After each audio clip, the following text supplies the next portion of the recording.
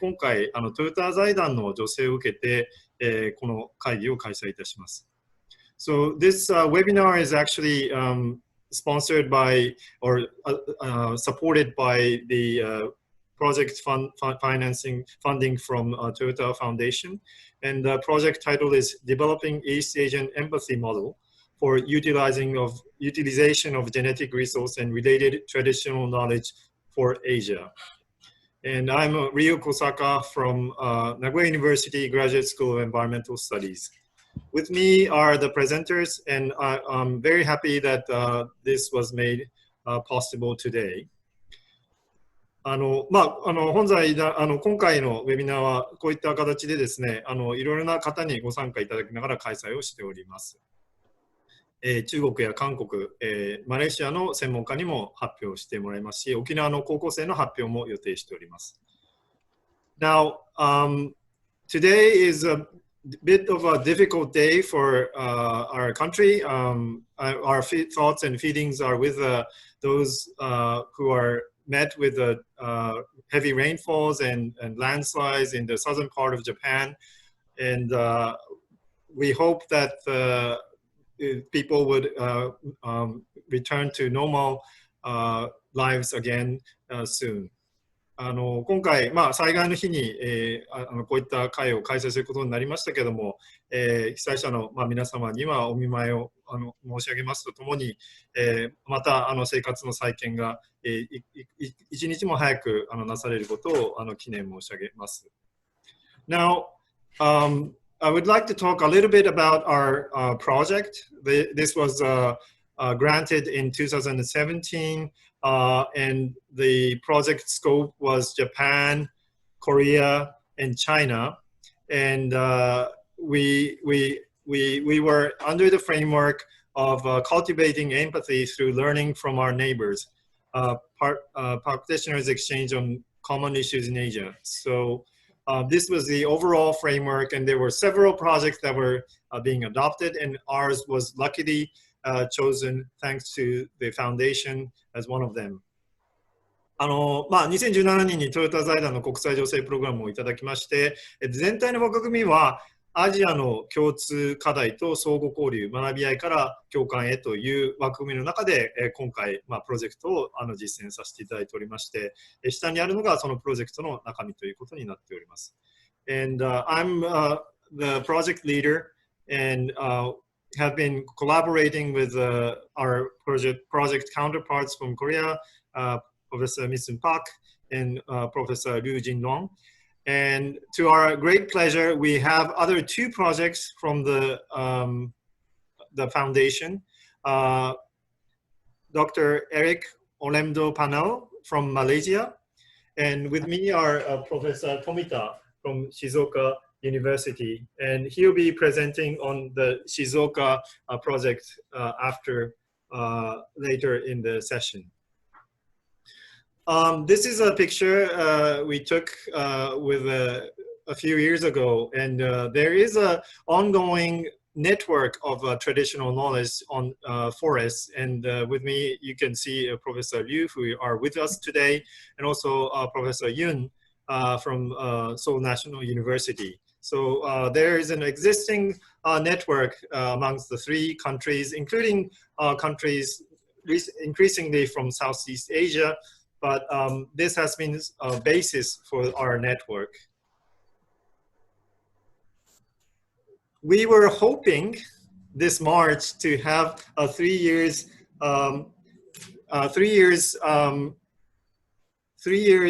collaboration, three countries presentation in the Forestry Science Association this March. Unfortunately, due to the COVID-19 pandemic, this was canceled, but I would like to emphasize that these three countries have been collaborating and have been exchanging views and traditional knowledge, as well as some topics related to traditional vegetable and foods, pollinations, etc.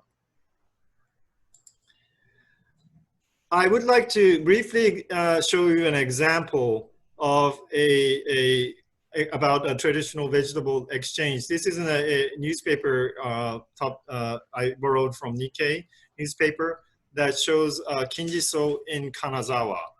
But it was actually called in a different names in a different parts of Japan. As we will see in Okinawa, it's called Handama in a very different name. And Suizenjina originally is from Kumamoto area. Unfortunately, the area is today met by a very heavy rain, but you can see that from different parts of Japan, there are called with different names, and you can already see the exchanges. But today we would like to expand our scope, how these exchanges are done in three or other countries and beyond. So thank you for listening my introduction. And without due delay, I would like to give this present floor to Dr. Misun Park from Seoul National University on her presentation in the case in Korea. So Dr. Park, maybe you can switch the slides. Okay, I will do.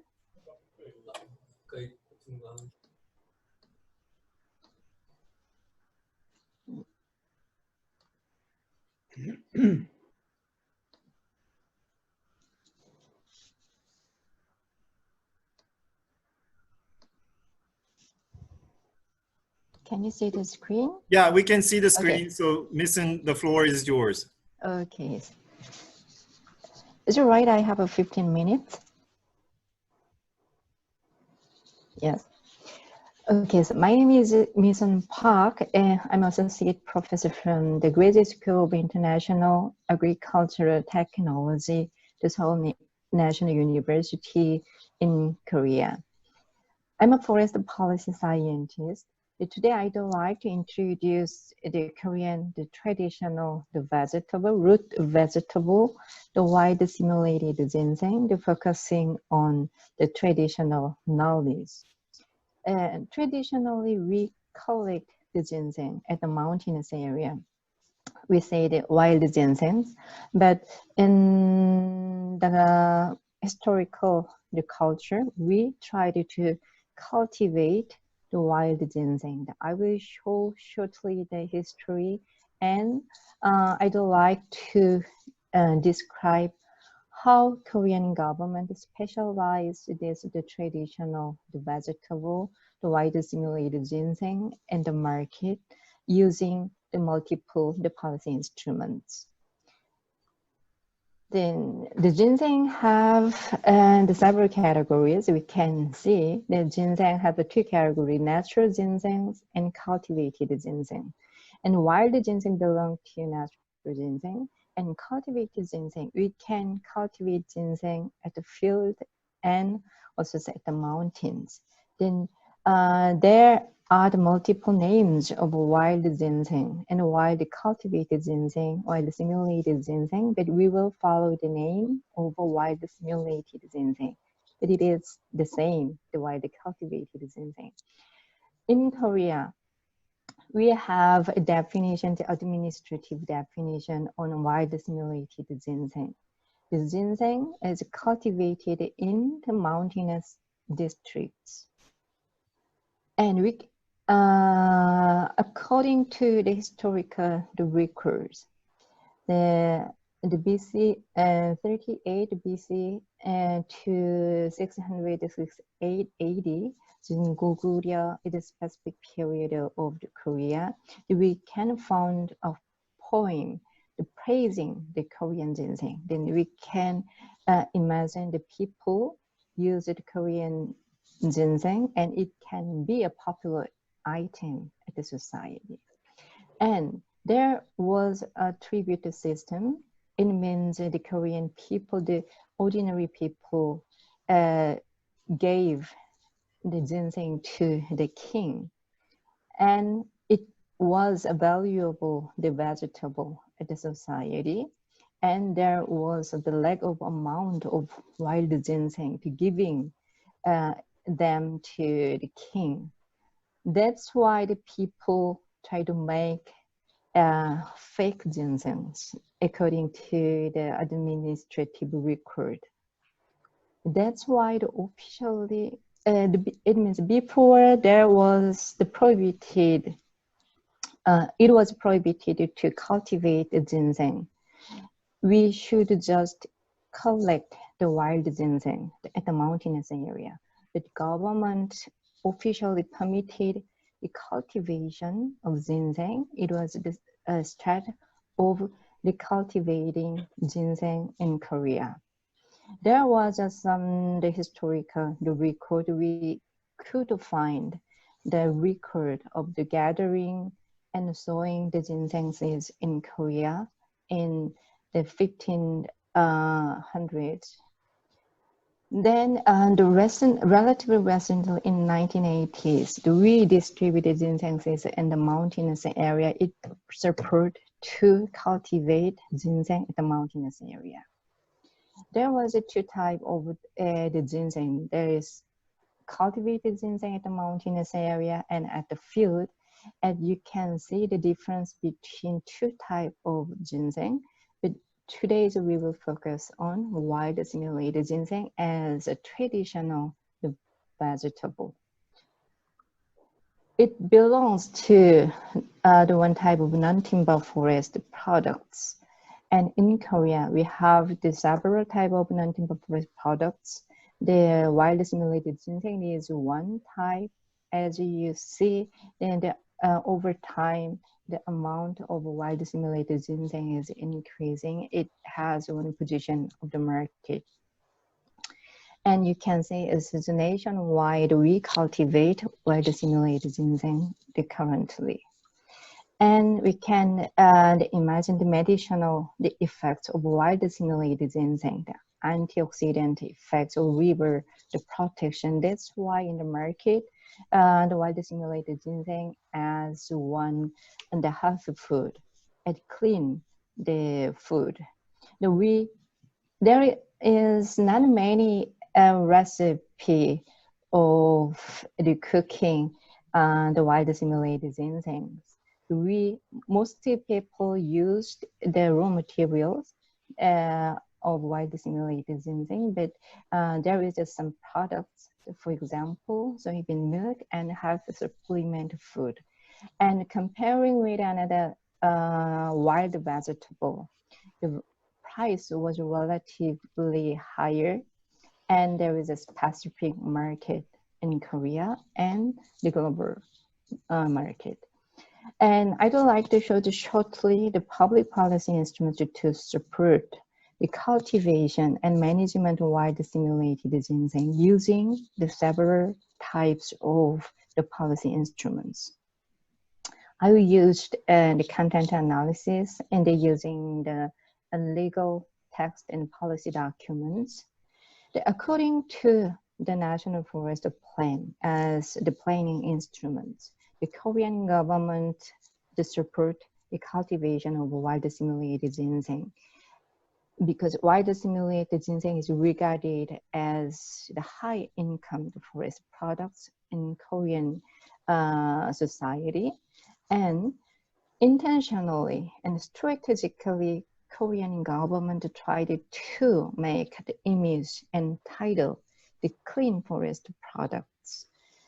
And through the regulation, and the Korean government managed the quality of the wild assimilated ginseng. So currently we are expecting the export of the wild assimilated ginseng.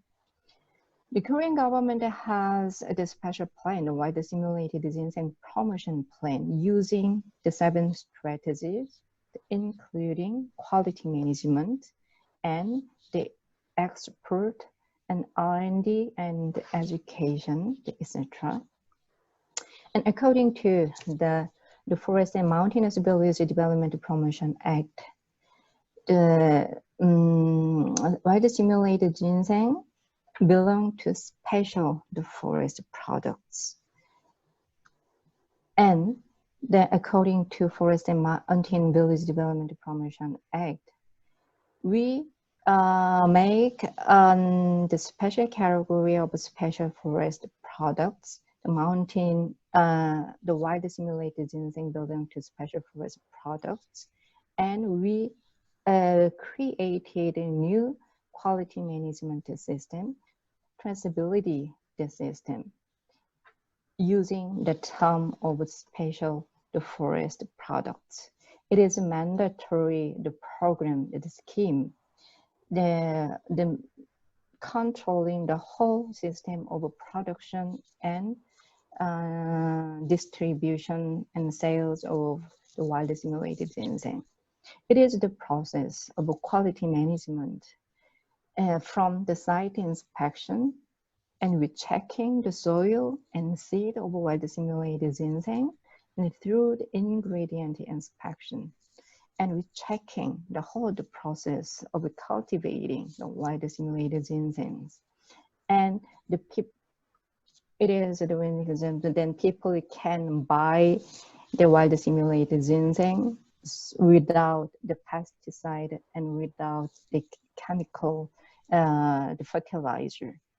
Then we bring the clean forest product image to wild simulated ginseng. And the Korean government gave also the financial support for the cultivating wild simulated ginseng through the loans and subsidies for the cultivator. And this kind of the subsidies is supported by the central government and also the local government. There is also the informational, the instruments, including education program. The cultivating the simulated ginseng, it is, can I say the Korean government or the forest specialized organizations, three, I think.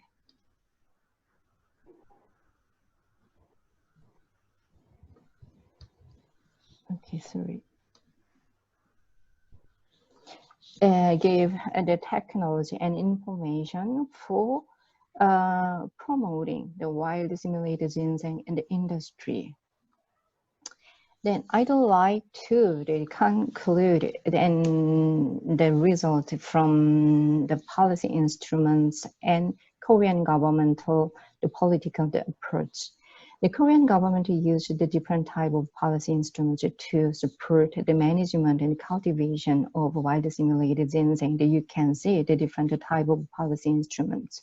But using the quality management scheme, you can put eco label, but it is not voluntary, but mandatory. It is a strong regulation for creating, for securing the food safety.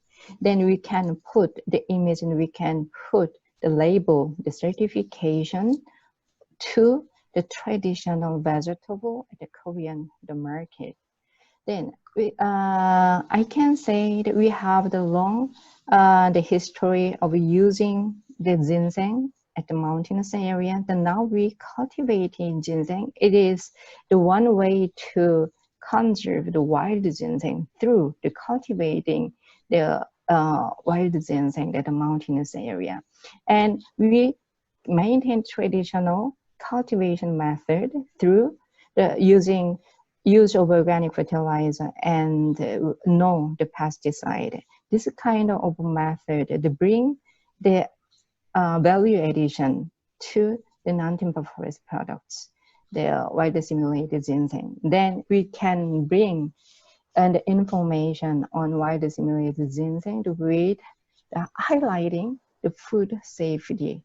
Then I think it is the one way we can keep the traditional, the vegetable, the maintain and using the strategies of the food safety through the maintaining the traditional culture and traditional cultivation way. And it brings also the short-term income, relatively short-term income comparing with timber the production. That it contributes to improvement of livelihood. Finally, I'd like to say the current study related to wild simulated ginseng. I'm conducting the research project on wild simulated ginseng industry in Korea. We tried to identify the problems of producing the wild simulated ginseng and the consumer side and the producer side. And we also tried to measure the local capacity to produce and trade wild simulated ginseng. Yes, it's all, and I give you your opinion and comments. Thank you. Thank you, Misun. Thank you very much for your presentation. If there are any comments or questions, I have a quick question. It's interesting what is categorized as non-timber forest products from country to country. I remember in Korea, the chestnuts, for example, is non-timber forest products, but in Japan, it's agricultural products. It's maybe a ministerial or agency-related definition. But ginseng you presented today is non-timber forest products, categorized as. Okay. Yeah. Ginseng belongs to agriculture product, but wild simulated ginseng belongs to the non-timber forest products. Okay. Yeah. So the wild ones are non-timber forest products, but the ordinary cultivated ones are categorized as agriculture products. Right.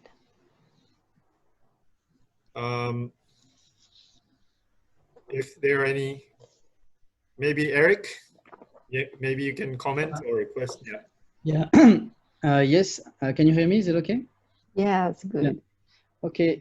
I was just curious about for the wild simulated ginseng, for the population, the people who want to purchase it, to buy it, where can they have access to it? Can they find it everywhere in every store, or is it particular supply channels or? Yes, it is. I think it is very specialized. It is a customized market. It is currently it's not easy to buy at the store. They buy the wild simulated ginseng through the known people, and sometimes they visited the field and they can see exactly how the wild simulated ginseng is cultivated. Then they buy them. It is the really rare the trade process. We tried to make a new way to sell the wild simulated ginseng. I think is currently North America, including the USA and Canada and China, is producing the large amount of the wild simulated ginseng. All right. Okay. Thanks a lot. Thank you.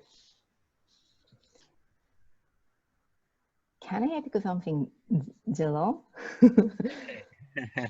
It is similar situations in China. A little bit different.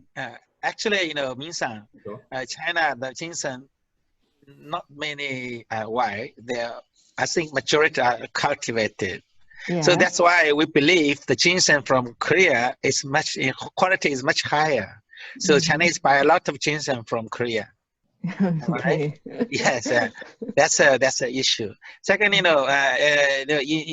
your case, as ginseng was, in the line of non-timber forest products, but in China, it's something like in the medicine, Chinese medicine, traditional medicine system agency that look after that ginseng, not the food, not the commercial other commercial agent.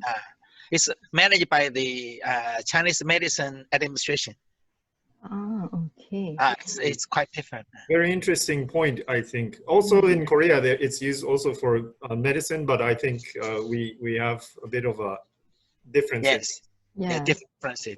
So that's why I understand Misun was presenting as an export also. Okay. Thank you, Misun. Thank you very much for your presentation. And you. we will have a discussion session later on. Now, we would like to move on to Professor Tomita, who would be presenting on the case of traditional vegetable in Shizuoka Prefecture. Professor Tomita, the floor is yours.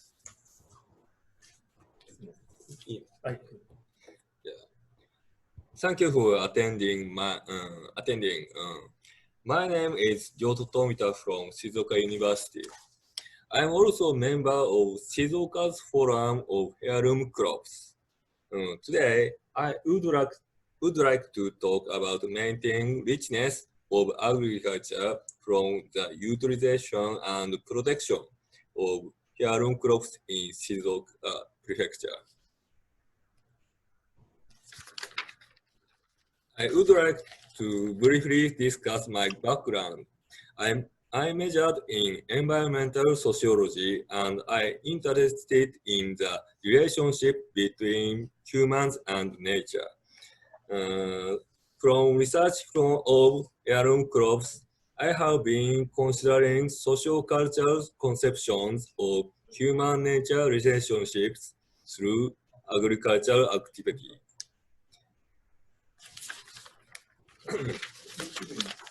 I am also the representative of Shizuoka's Forum of Heirloom Crops. It's a small group of about 10 people. これがね、ちょっとね、台本が見えちゃったんで。ああ、はい。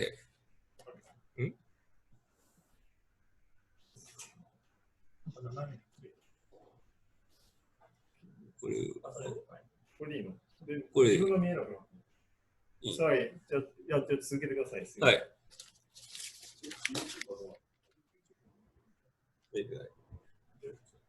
Sorry, we go back. Yeah, let's try with this one. Yeah. あ、こんな状態ですか。はい。表示設定かな？こっちはあれダメですね。こっちにつなげちゃってるからですね。はい。Oh, okay. Yeah. Okay. はい。Sorry. It's a small group of about 10 people, and it's made up researchers from universities that specialize in plant genetics, agronomy, nutrition, anthropology, and teachers from agricultural high schools. This group holds surveys, cultivation tests, and events. In 2013, the project received a research grant from the Toyota Foundation. Today, I will be going over the results of the project with you. The purpose of the study is to directly focus on the reconsideration of agricultural and social impacts in one another. Our group specifically touched up society's richness, economic, historical, cultural, etc. As the main focus of this case study, the crops that we analyze are heirloom crops, otherwise known as indigenous crops. One key factor is that crops are impacted strongly by human behavior and might relocate regardless on their place of origin, hence heirloom crops. For example, women may bring in crops, seeds, and food cultures through marriage. Such dynamism of crops movement must also be considered.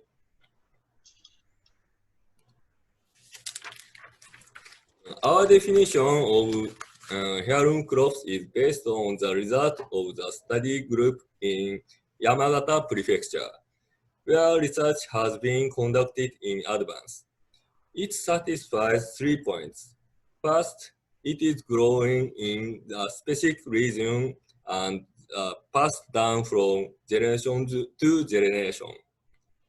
Second, the growers themselves carry out reproduction such as seeding and vegetative propagation. The third, it is used for some kind of cooking or other use. There are 2 important points in this definition. The first is that the definition includes the dynamism of the possibility of new heirloom crops emerging in the future. If it is defined statistically as cultivated before the Meiji era, there is little possibility that heirloom crops will increase in the future. The second focused on the relationship between humans and crops, not on the biological nature of the crops themselves. In fact, it is often difficult to identify a crop biologically, and my interest is in human involvement with the crop.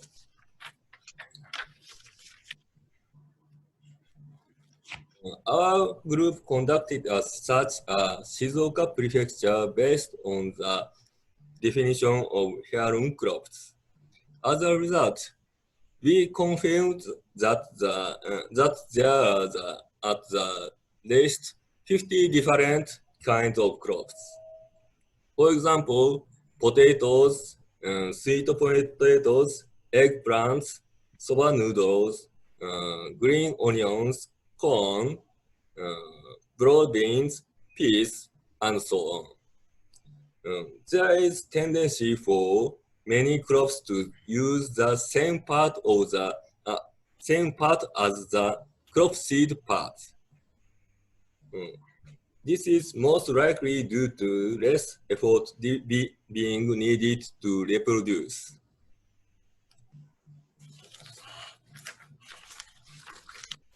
In our initial research plan, we plan to conduct a comprehensive survey of heirloom crops in Shizuoka Prefecture, but we found challenges.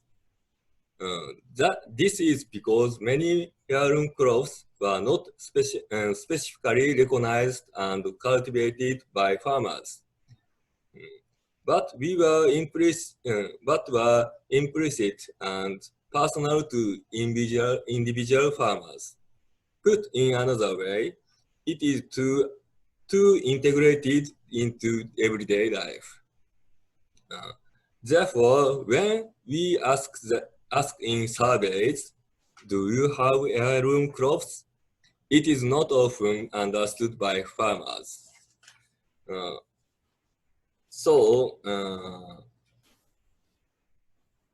We had to change the question to, are there any crops that you haven't bought seeds from the previous generation?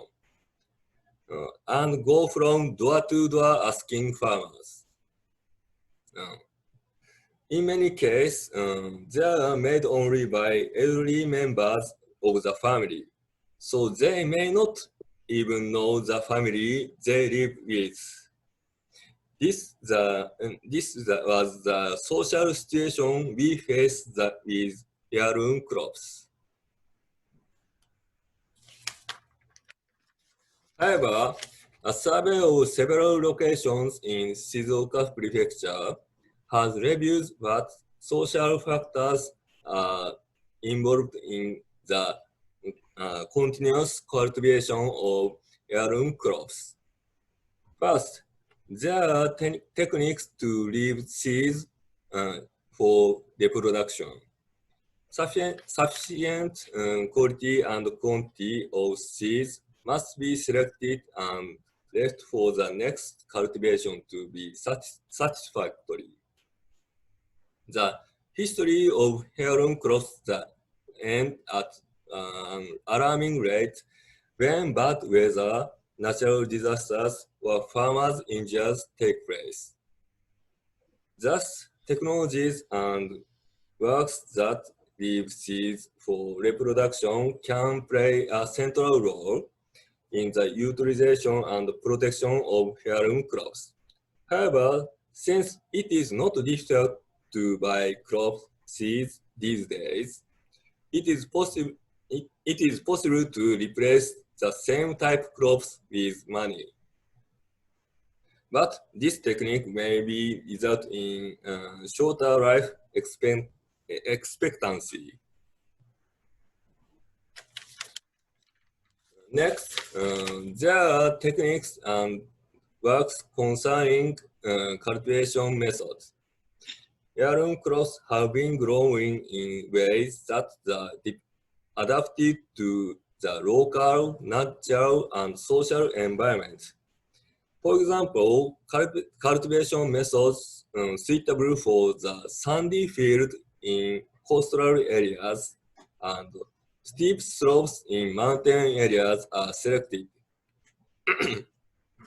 It may also be adapted to other subsistence activity, such as the interrelationship between Sweden and Forestry.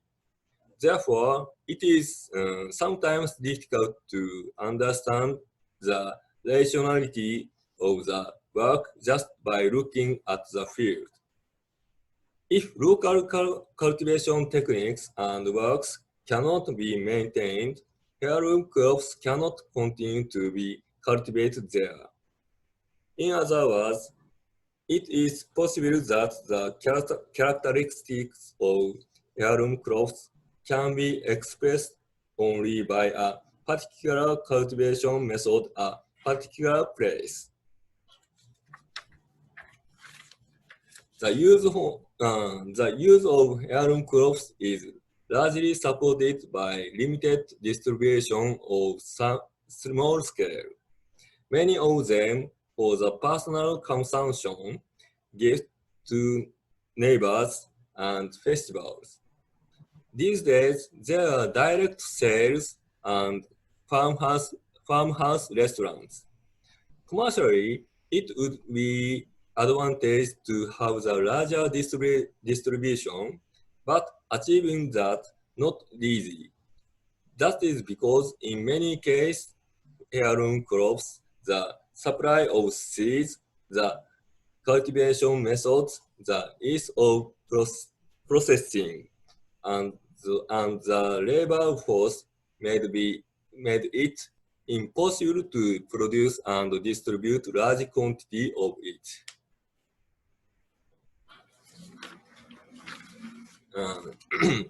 The cultural background of the use of heirloom crops is also an important factor. Certain heirloom crops are often grown for the specific use, such as seasonal dishes and festivals. For example, the photographs on the lower left shows narezushi made by fermenting yamame trout and millet, which are offered to the god at the festival in the Ikawa area of Shizuoka City. This millet is made only for this offering because it is not delicious to eat. There is no other use, amazingly. In other words, without this festival, this millet might no longer be grown or harvested. In many cases, the local people are not aware of the cultural background of such use as commonplace. Thus, it has become clear what social factors are involved in the continuation of heirloom crops cultivation.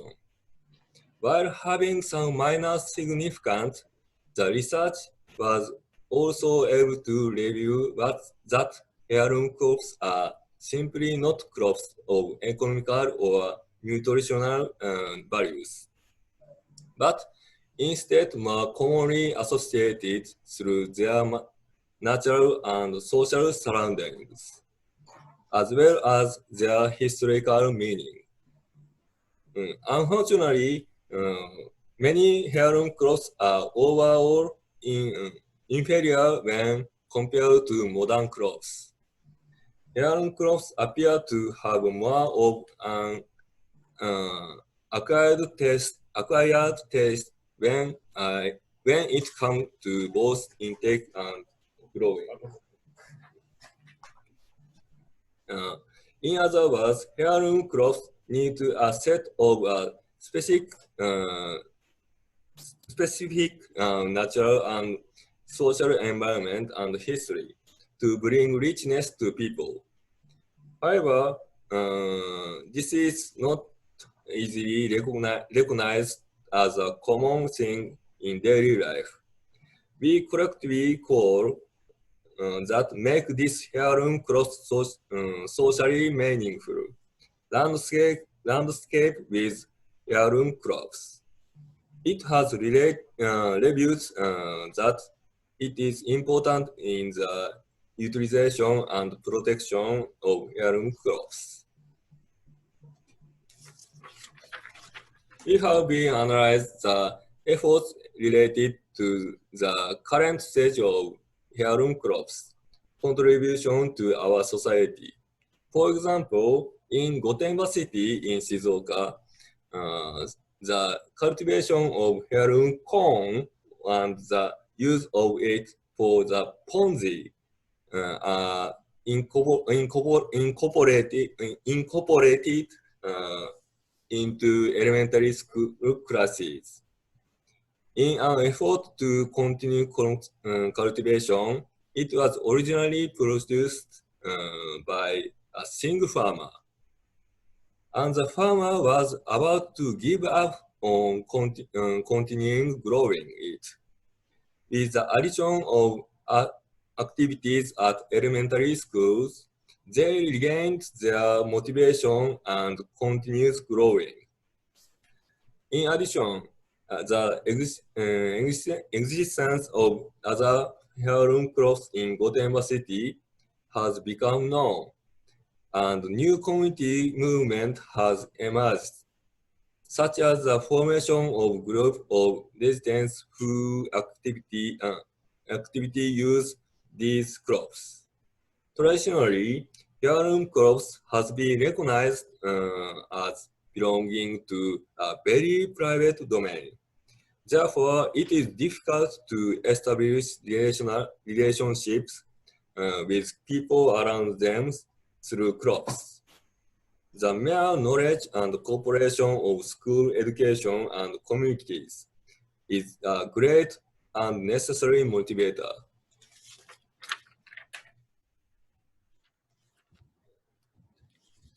So, let's jump back to the first question. How can we maintain richness of agriculture? The result of the DISC project point to three sources of richness of agriculture. Protecting and creating this source will lead to maintenance of said richness. The first is a variety of specific values that can be found not only individual heirloom crops, but also in the surrounding environment and human activities, such as landscape with heirloom crops. This includes not only economic values, but also socio-cultural values generated in the relationship between crops and humans. The second is that those values will be passed on to the future generations. When their lives are passed on to the future, it gives them a lot of energy. Third, these value heading and intergenerational inheritance can be self-directed by local communities rather than relying on outside experts. The richness of agriculture other than the economic value is linked to its land and history. It is significant that those who share the land and history can manage the value of agriculture autonomously. Therefore, its terms of maintaining richness attention should be paid to the autonomous power of communities, not necessarily limited to crops. That concludes my presentation and research. Thank you for your kind attentions. Thank you, Professor Tomita. Thank you very much. For clarification of the term, Professor Tomita has used the term herum, which means zairai in Japanese, which is more scientifically defined. And we, for the general purpose, use the term traditional vegetable, which is more loose and often used in the marketing context. But in a scientific, rigorous context, we should be using the herum terminology. But yeah, these are the two terms that I just want to flag. Yeah, if there are any comments or questions, you're okay? I don't have. Yeah.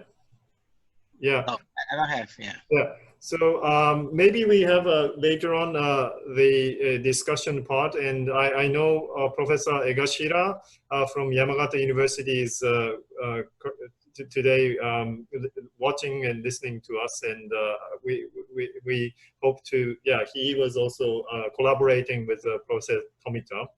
And also Professor Nishika from Ryukoku University, he's an expert in the seed and has been also been joined, will be listening to us. And but these are an example from Shizuoka Prefecture, which is a neighboring prefecture from Aichi, where we are now from Nagoya, and it's been a very long prefecture, if you can look at it on the map, and there are several traditional or heirloom crops, as we have seen with a group of Tomita-san, Professor Tomita.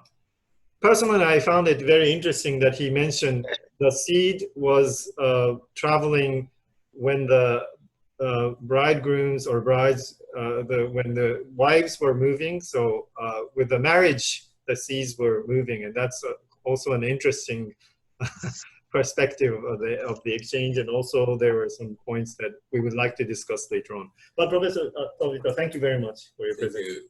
So now I would like to move on to Eric. Yep. We will be presenting tomorrow now on the Malaysian case of the more traditional types of diets or crops, and the floor is yours, Eric. Okay, thank you. I'm going to share my screen.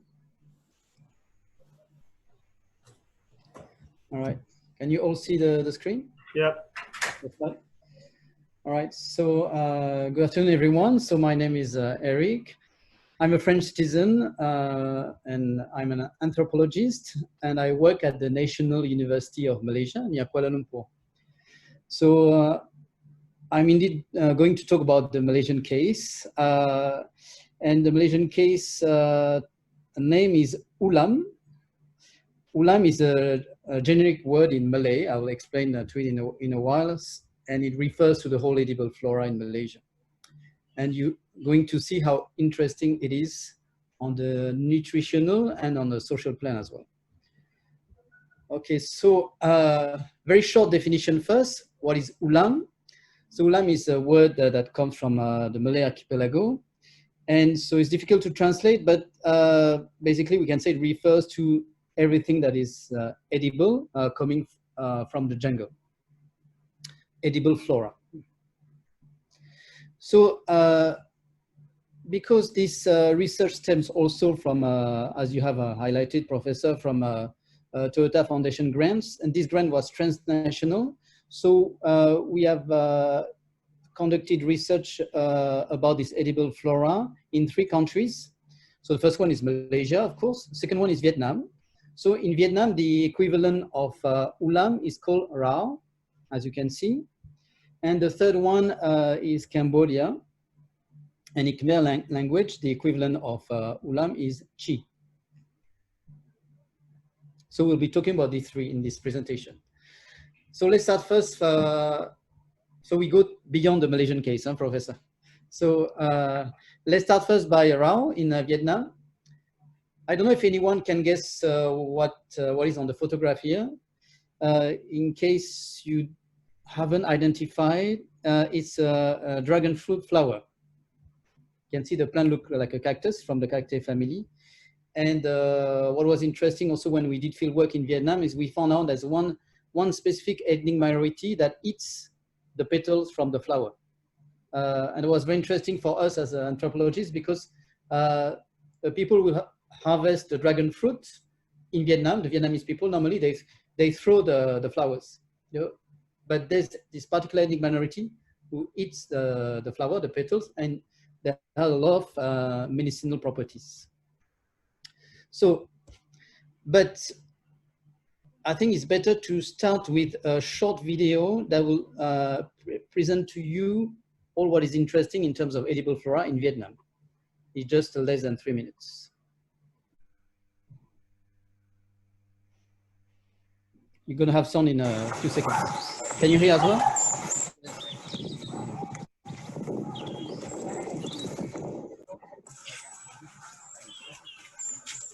Ở đây người ta rất là thích mua thanh trà, mỗi lần đem ra thì tới mùa người ta giận lắm, lý do cây thanh trà không có xịt thuốc, không có sử dụng phân thuốc gì hết, không có tác động gì hết, nó chỉ có bông, có trái, nó theo thời tiết nó có, rồi sau đó thì nó chín mình lên mình hái trái, coi như là mình khỏi tăng tốc. Order from her and they sell it online, so it's like for 1 kg she sells for like 30 to 40,000, which is around $2, is $1.5. So the one who went to 80,000, which is okay. She said because originally is organic, and a lot of people they know. And if you use chemical, yeah, it can be faster, but in the long term, the tree is going to be dead. This one is very particular. So that's why she keep it natural.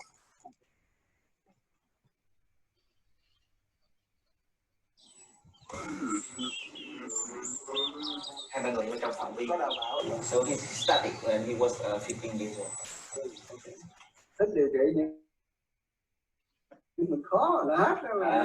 Okay. He's trying to find like the difficult case. He tried to solve the difficult cases of the disease, and he says, according to the philosophy, anything which is practical and a little bit right. So we come together. So now you have something like theory, so it can help according to the whole philosophy.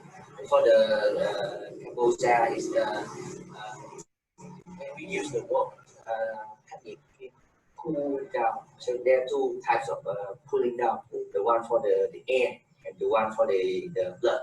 Okay. And Cambodia is for the blood. For the blood. Okay. Yeah. So it's like detoxified for the blood.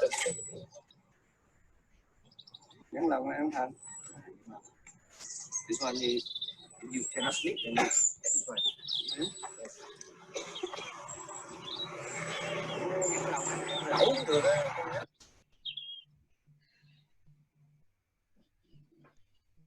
Okay.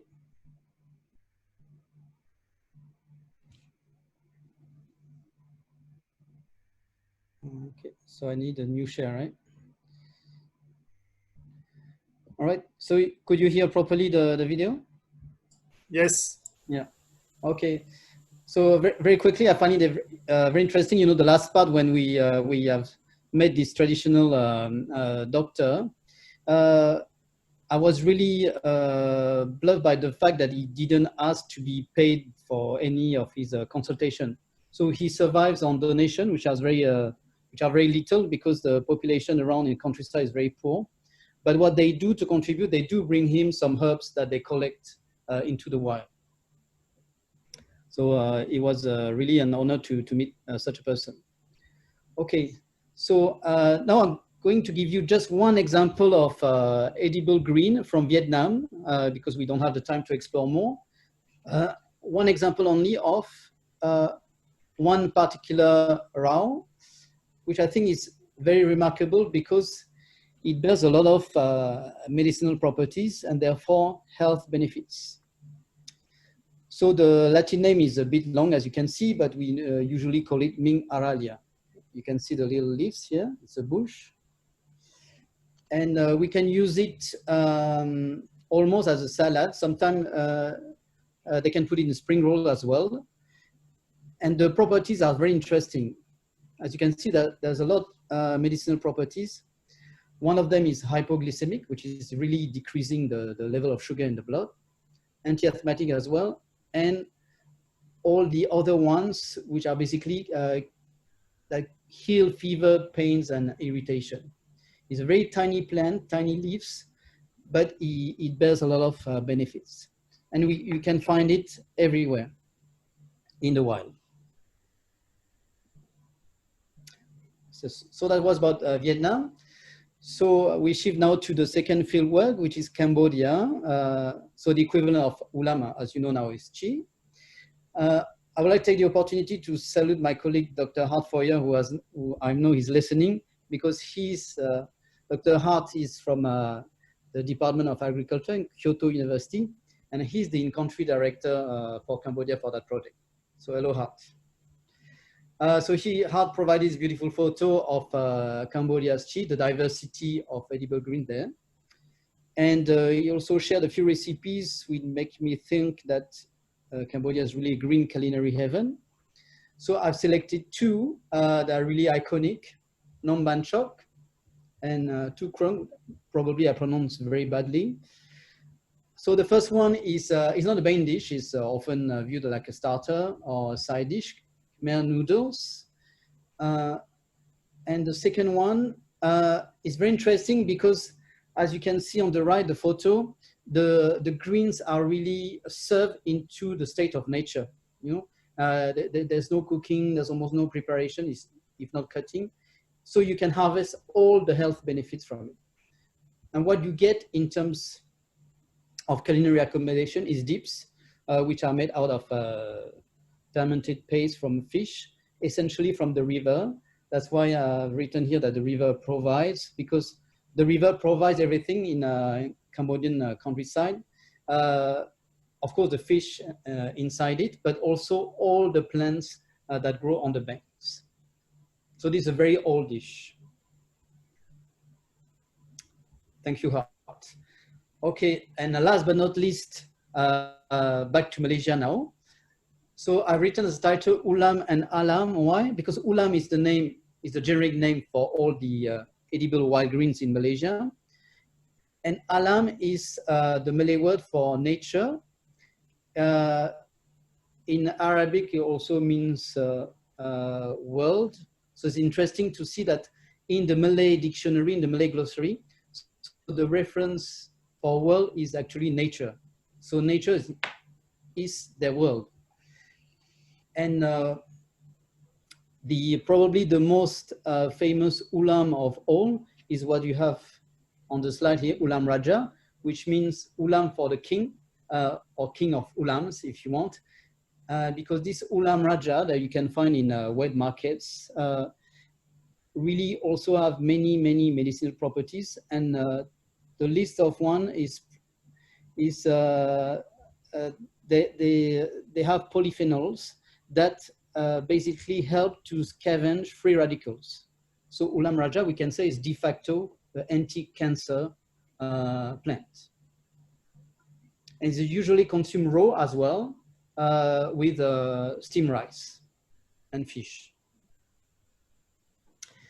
And this a very interesting recipe, because very old one as well, is called Nasi Ulam. So ulam, you know now. Nasi means rice. It's a kind of herbal rice with also full of health benefits, and dates back his preparation. We think that it dates back from the 16th century in Malaysia.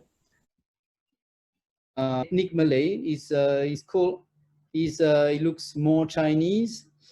So he's from this ethnic minority that we call Peranakan in Malaysia. The Peranakan Chinese are the descendant of intermarriages between Chinese merchants from the 16th, 15th century in Malacca and local wives. So they have a unique Creole culture, and part of this culture is a unique culinary system, and this is one of their iconic dishes, nasi ulam, which I think is really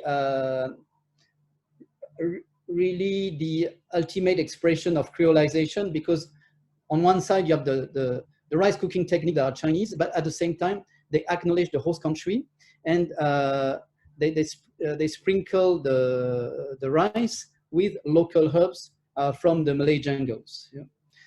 So on the health plans is beautiful, and symbolically is a kind of encounter between Chinese culture and Malay culture. To consume ulam, there are many reasons. Of course, the first one is health benefits, because reduces some of them sugar in the blood, anti-cancer, and so on. But also simply because it's local, and because local tourism will favor short supply chain. Short supply chain, of course, will lower the carbon print. Also because it's local, you will help local farmers. And it happens that in Malaysia and in Vietnam, and to a certain extent in Cambodia, the gatekeepers of this ulam, the curator of these ulams, they are very often ethnic minorities. And these ethnic minorities has been very often marginalized socially and economically.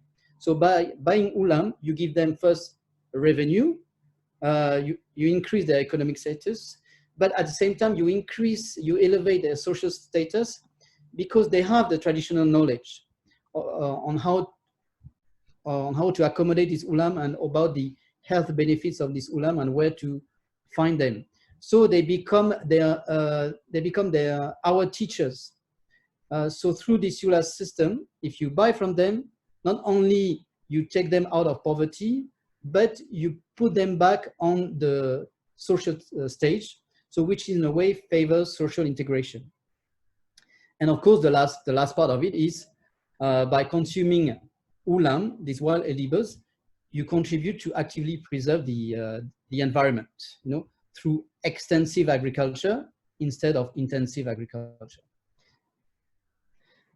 That's all for me. Thank you. You can see some photos of the team here. On the top right is Hart Foyer, which I already mentioned, with his colleagues, who's supervising the Cambodian field work. On the bottom is a Vietnamese team. And on the top left is this one of the leader of the indigenous community, is Orang Semai, is part of the Aborigines tribes in Malaysia. Thank you very much for your attention. Yeah, thank you. I see one professor from Kyoto, maybe. But thank you, Eric. Thank you so much. It's a bit irregular, but we move on to Professor Liu, and we'll have a discussion both at the same time, as Professor Liu has to leave a bit earlier. So Professor Liu, sorry, I will leave, at 2:30, because, I have a meeting with the kind of state leader, I make an appointment. So I have to leave here at 2:30. But anyway, I will give a short presentation. I'm very happy to participate in this ministry. Thanks to Rio, giving me opportunity to join with you, your project, and then we have the, presentation now. Actually, I'm not.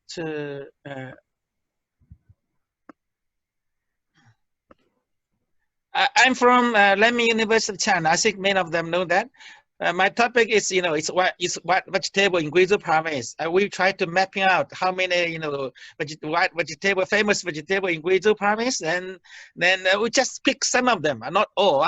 If you look at the one county in Guizhou province, they will tell you, okay, we have 40 or 50 or even around, that number of the white vegetable, but some of them in very common, very quite famous in Guizhou province. That one you point out, that is also you have in Japan too. You call it, Ginoza biocolor. They are in China. We have many kind of the medicine purpose. It's also cultivated in Guizhou, in Yunnan, Sichuan, many different provinces, Guangdong, Guangxi. I have list here. We also have different name, different place. Now it's also for the for industrial purpose, to extra kind of products, chemical products. It's also for medicine. Then also used for color, making color for other machines, tools. That is one. Second one is called I'm not sure how say in China, in English. That's difficult to pronounce. That's a jargon. I think our Japanese people can recognize these words. It's also very popular in China. That's in many Chinese restaurants you will see that dishes. You see, you will see the dishes. It's cold dish also have some medicine purpose, particularly for calm you down. This one also popular now because it's good for COVID-19. It's say good for prevent the COVID-19, and also juecai, a kind of the firm. There are many different kind of firm in China, different place. They harvest in the spring and dry. In many places in China, dry and preserve for even different seasons, and cook or different kind of way for cooking, salad, Now it's also cultivate now. It's not just white, they'll cultivate. I think it's quite popular now everywhere in China, and other kind of the firm, I'm not sure this is introduced from Japan. It's called Japonica. Actually, it's also exported to Japan. Special, very special firm. Actually, the price is much higher, relatively higher, and also can fresh. Can eat fresh. Also preserve. The different cooking. They can be wild or can be cultivated. And another one is we call Qingming vegetable. Qingming, I'm not sure. Maybe. Minsan know the Qingming is it's a festival for your ancestors, ancestor festival. So that's particular vegetable for Qingming, for produce specific food like this. Also popular, also some kind of medicine purpose. And the kind of that I'm not sure how to say that. We call it 紫柴胡. It's kind of leaf. It's a leaf. Also for medicine. Also for cooks. And another one is called 胡首乌叶. I'm not sure. That's the wrong Latin name here. This one also used for medicine. I'm not sure. That's difficult. It's good for hair. Brachial hairs. Reduce. The cholesterol. It's widespread everywhere in many places in Guizhou, but that's that also very popular in my hometown. My hometown produce this kind of the products and sell to the domestic market. And this one is called Technics. It's difficult to pronounce. It's a Pugoyin. Pugoyin is traditional medicine. It's Pugoyin. I think means I know that kind of medicine. You can collect widely, and can eat also salad. Salad. And Xiangchun, I think that is also popular in China everywhere now. It's cultivate. That's the last one is cultivate. It's the tuna sinensis. It kind of smell, like special smells, particularly cooked with the egg. Cooked with egg. It's for many years already. And the this Alinum macrostylum, it's another kind of the the white vegetables. It's also popular cooked with meat, because very different dishes. This one also popular called Portulator oleracea. I think it's also popular in Korea and in Japan. I think this one. I'm not sure it's cooked in Japan. So in China, and it's almost everywhere. My hometown of Guizhou, they can see that the people collect it. It's widely and then dry for the Spring Festival. And another one is called Amarasaurus spinus. That is this looks like this, and also very widespread. But this one is invasive species. It's not locally. It's from somewhere else, But now it's the people eat it. When I was a child, it's not it. It's not for human. It's for the pig. But now the people eat that, eat that, and also make salad or cooking, cooking. Another one is called Perilla frutescent. Difficult to pronounce. And also eat fresh or preserve or and cook. Different also medicine purpose. Another one called Hui Hui Cai. This is we don't find an English name. That is very, I think, Chinese. The local the white vegetables. You see, there are some medicine purpose, and they prepare for different dishes, different ways. And mushroom everywhere. I think Rio is familiar with mushroom in China. There are many kind of mushroom from different places, And bamboo. Bamboo is also popular in China, particularly South China. Everywhere. They collect different bamboo for cooking, for different purpose, or preserve. And then we list some products here.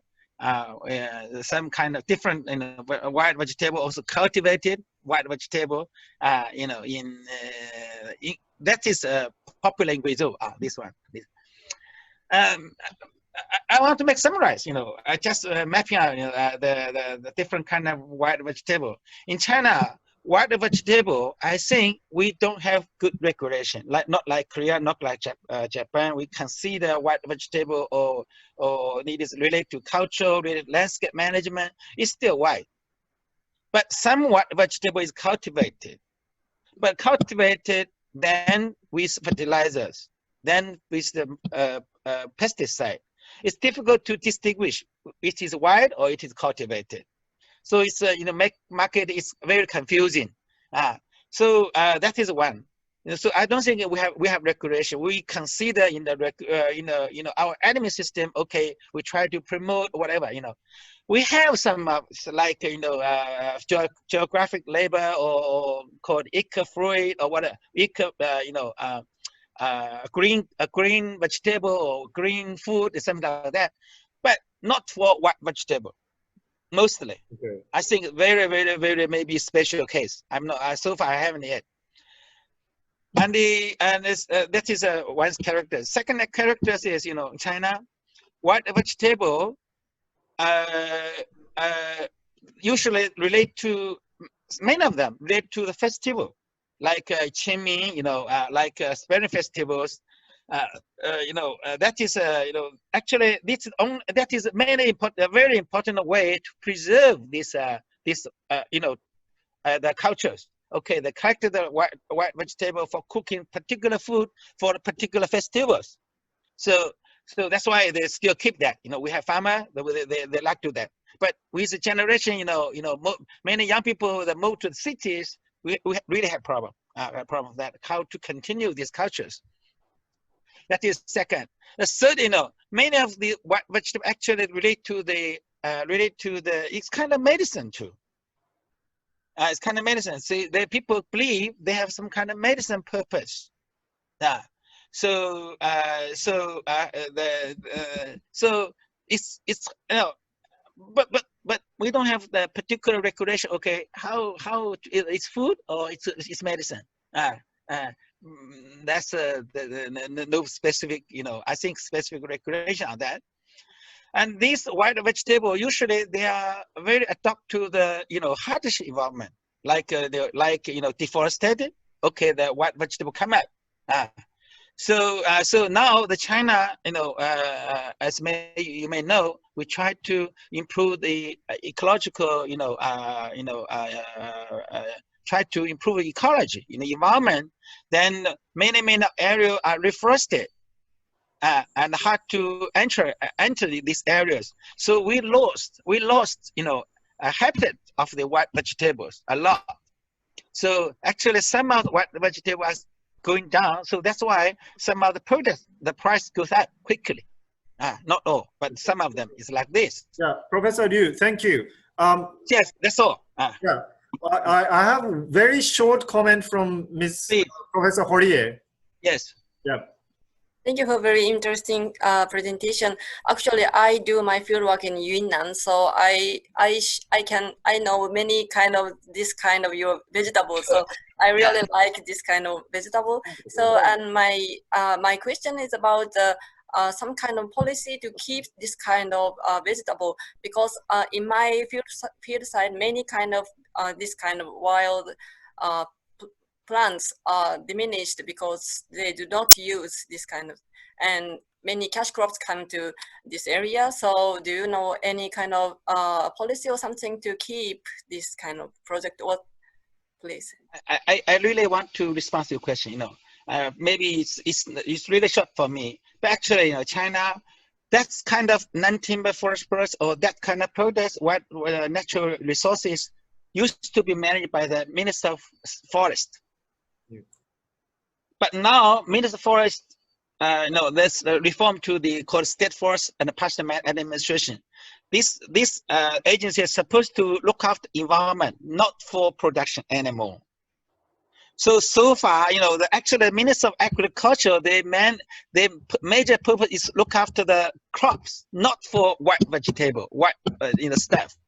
So I think it's gap there. So we try to persuade our government. We need to attention, pay more attention on that issues. I think it's great potential for the future for development.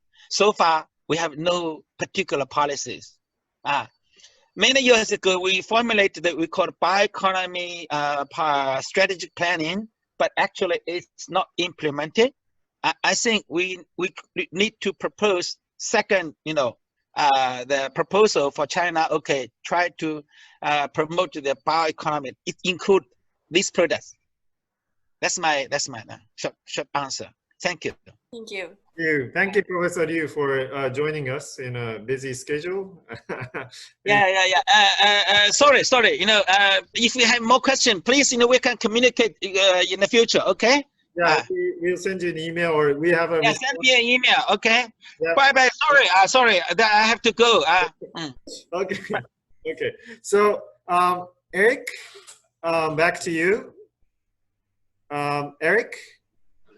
Oops. Maybe we got lost. Actually, I wanted to say we plan to have a dinner with a Chinese, Chinese restaurant. So it was a good introduction for us, and also quite interesting to see that they're also invasive plants that are now being utilized as an edible plant. Whether you call it, I don't know, traditional or wild things, but it was one interesting aspect that he has raised. Oops, we lost Eric, so we have to wait. But in the meantime, maybe Uchiyama, Dr. Uchiyama-san will. Oh, Eric, you're back. Yes. Eric, yeah.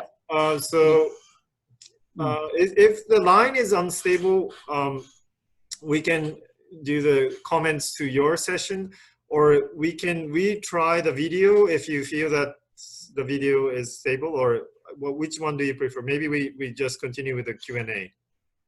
Yeah, I think we continue the Q&A because there's a tropical storm starting, so maybe that's why it's all the things were so.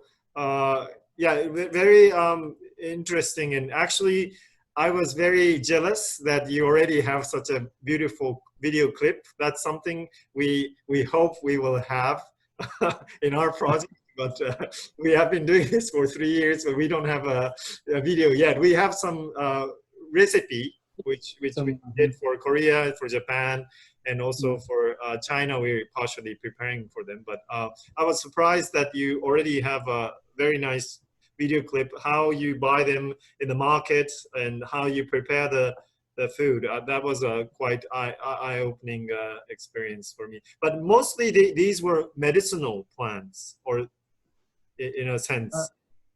Yes, I mean, this it connects to the belief, you know, with the food as medicine. And what is interesting for me as an anthropologist is this concept of food as medicine is translated differently into the various cultures of each ethnic group. So if for the ethnic Chinese who live in Malaysia, like the Peranakan you saw in the video, who are actually Creole people, mixed marriages, they borrow to the TCM system in traditional Chinese medicine, which is also very ancient.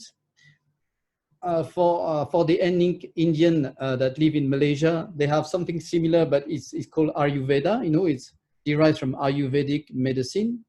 Also, that you can find in very old scriptures in Sanskrit in the Veda, in the Hindu scriptures. And for the Malay, it's more from an animistic system of beliefs. And the Malay themselves borrowed a lot of their knowledge from the Aborigines from the peninsula that we call the Orang Asli here. Because all this community lives in one land, so there is porosity, you know, they borrow knowledge and skills from each other. So you have a fantastic cradle here you have a whole ecosystem of both knowledge and flora integrated, which I think is really is a heaven for anthropologists, but is also, I think, for the population. There's a big resource that at the moment they don't use very well. You know, that this resource deserves to be tapped into much further, you know, and that's what we are trying to create awareness that, you know, instead of importing iceberg lettuce and other green from Australia or from USA, you know, buy your local products. They have much more nutrients than the imported veggies, and they are good for your health as well. Thank you.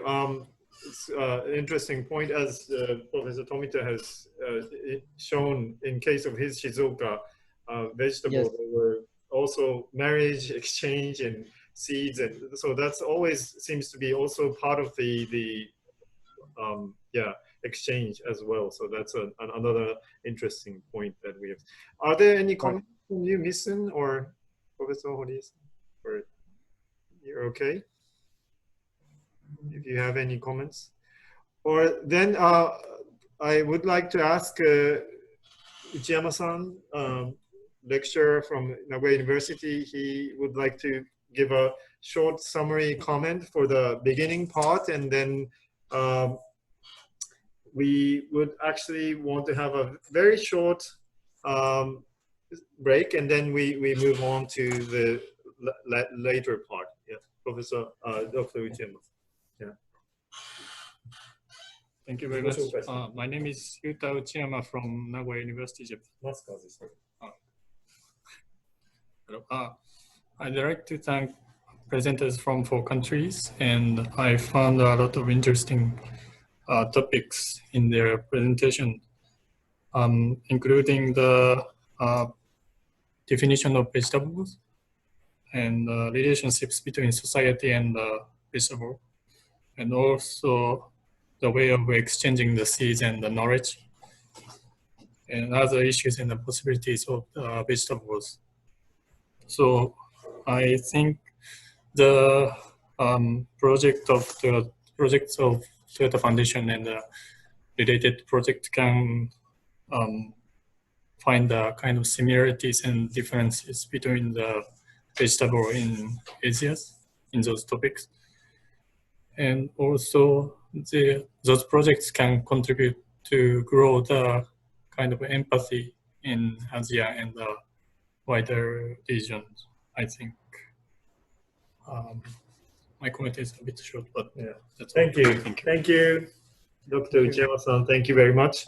So, yeah, one of the challenge is the translating the term empathy in English. It's kyokan in Japanese, and it's a bit difficult. But our thoughts were that these traditional or heirloom products tended to be always like you know, very context specific, and they tend to be either this is the best of our community or this is the best one from our country and so on. But actually we also want to show that there has been an exchange in the past with other parts of the world or other parts of the community or other parts of the country, and try to create some kind of a relational feelings that our region has. So that's one of the point, the goal of our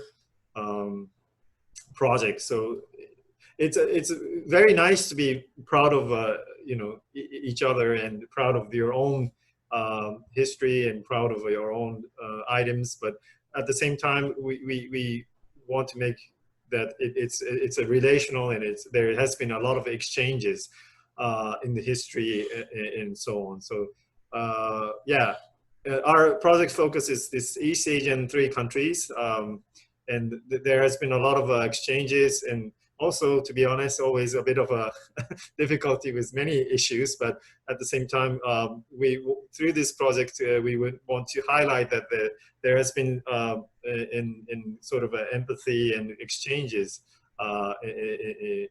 through the vegetables. So that's one of the topics that we wanted to highlight in this project. Yeah. So that was sort of a short summary for the beginning, first part. Maybe Misun, can you comment a bit? Yes, exactly. It was my question of empathy in the title, but you explained very well. I'm not sure that it is in the right timing to give this question, but I don't know exactly through this project. At first, thank you for this opportunity to share the knowledge and information related to the traditional vegetable.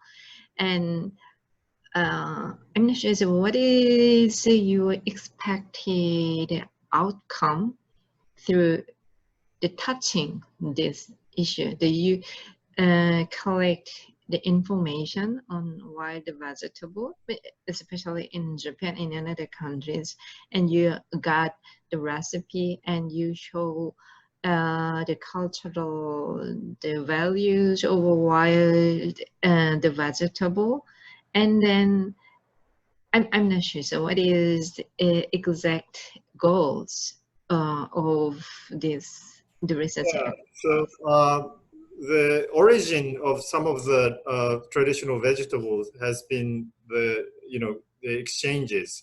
So that's the point we wanted to highlight in this project.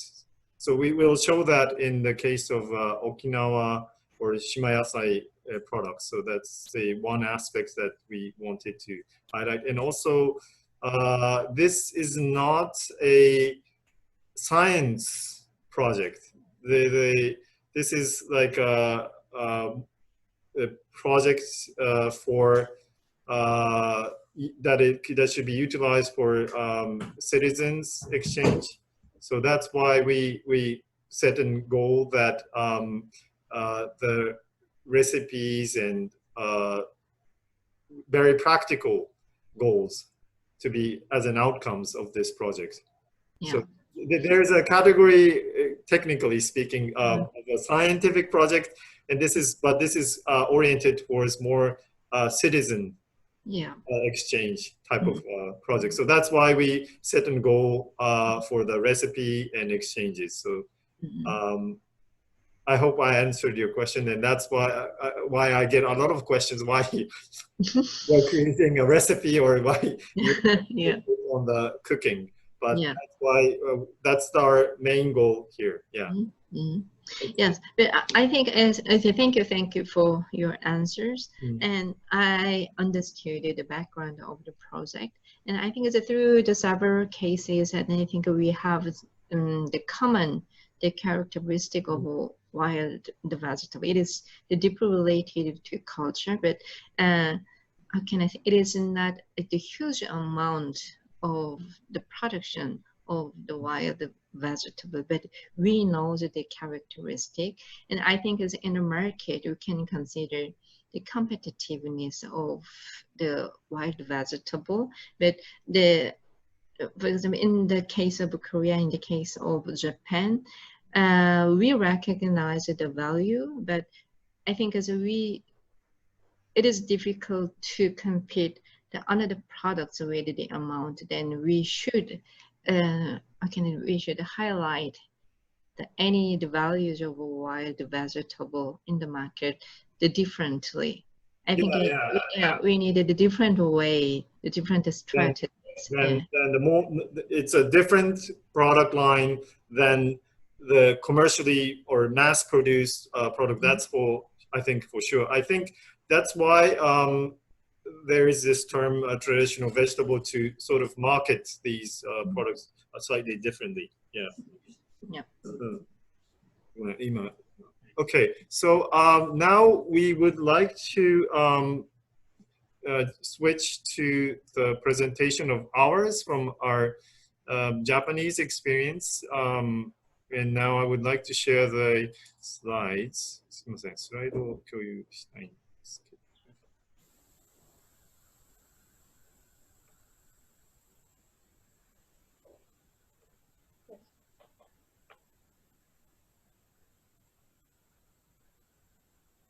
Is it sharing right now?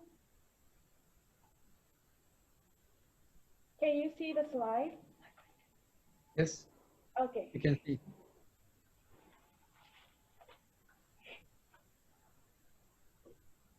Is it okay? No. So if you don't mind, I'll do mine, or maybe you can start if you want to do first. That's fine. Let's start with you, as you are already sharing. So we have first the presentation for Ginoza Senior High School from high schools on their experience,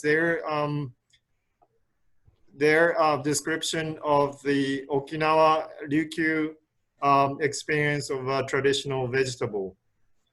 So 宜野湾高校の皆さんすいませんが、じゃあプレゼンテーションの準備ができましたら、じゃあ始めてください。So please go ahead with your presentation.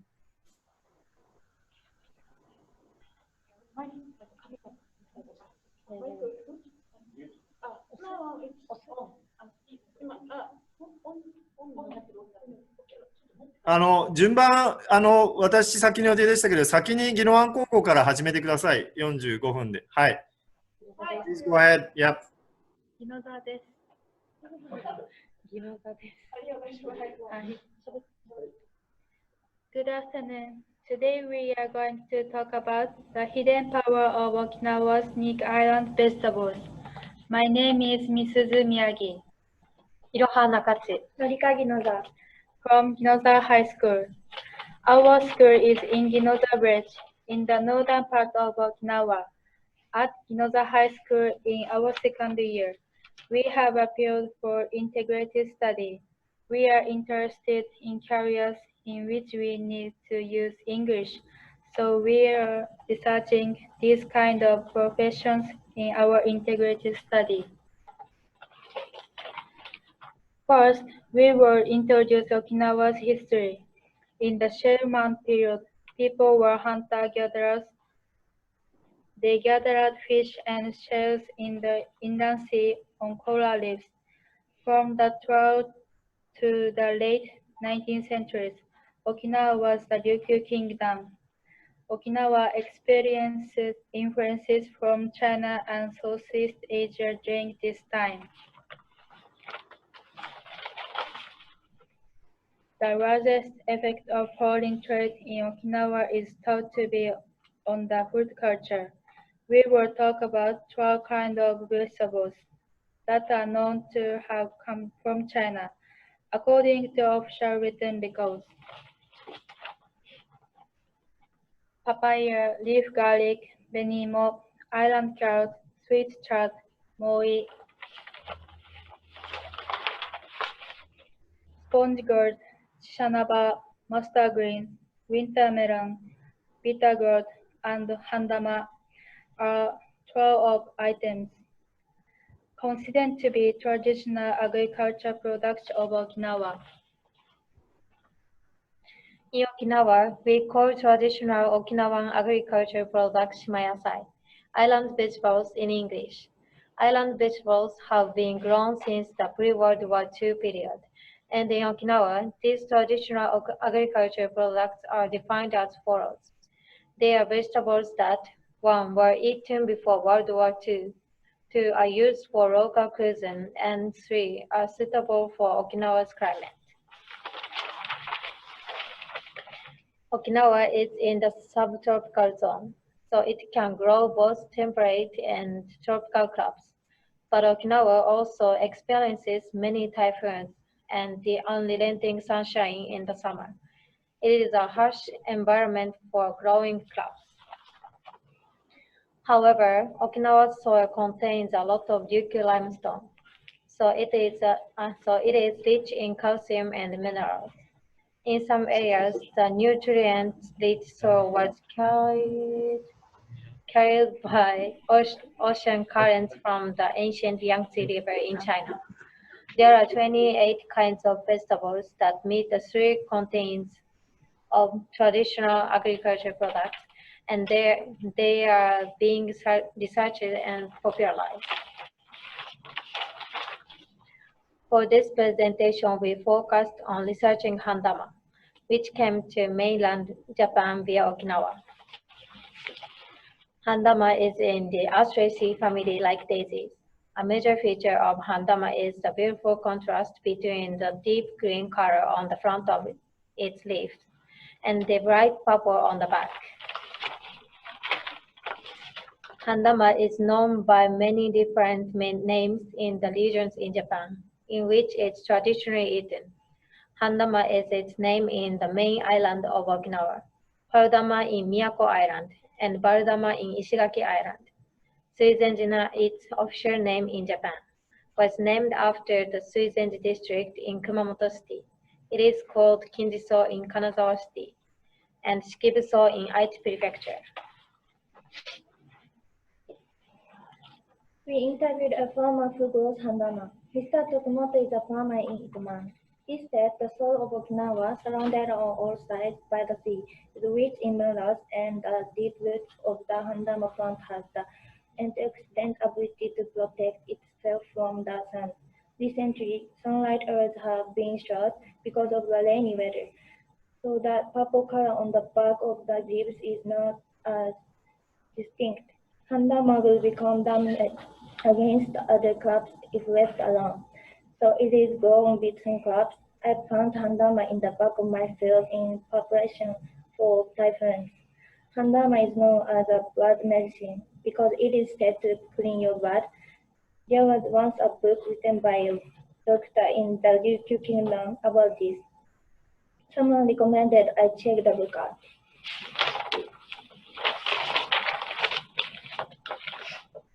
Okinawa as a Michigusui island. Michigusui refers to medicine of life. This book is about medicinal food. This was written for the king of Ryukyu in 1832. A doctor named Tokashiki Peichin Tsukan studied medicine in Beijing and wrote this Gyozen Hondo. In this book about Okinawan medicinal foods, handama is described as canon soup. It turns out that the efficacy of handama was recognized in medical science at the time. Here is an example of a recipe you can make with handama called handama genki starter. Genki means energetic. This starter will give you energy. Okinawa's traditional agricultural products, island vegetables, have developed a unique Okinawa identity. Okinawa has created a unique food culture with some influence from China. We would like to convey this charm of Okinawa even more. Thank you.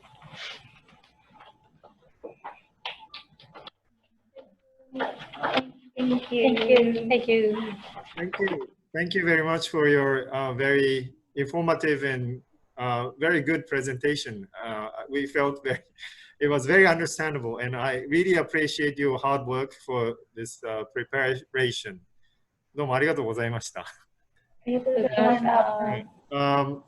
As we can see, there has been a lot of exchange with the same vegetable, but called in a very different name, and originally coming from the either Southeast Asia or from China and so on. Often we describe the exchange within one country or within the regions, but was quite interesting to see how Okinawa or Ryukyu vegetables are described in their origins and their exchanges as well. That was quite an eye-opening experience for me too, that there has been very open description about their trade history with mainland China or origins from the other countries. So that's something I felt quite interesting discussing these issues with Okinawa people.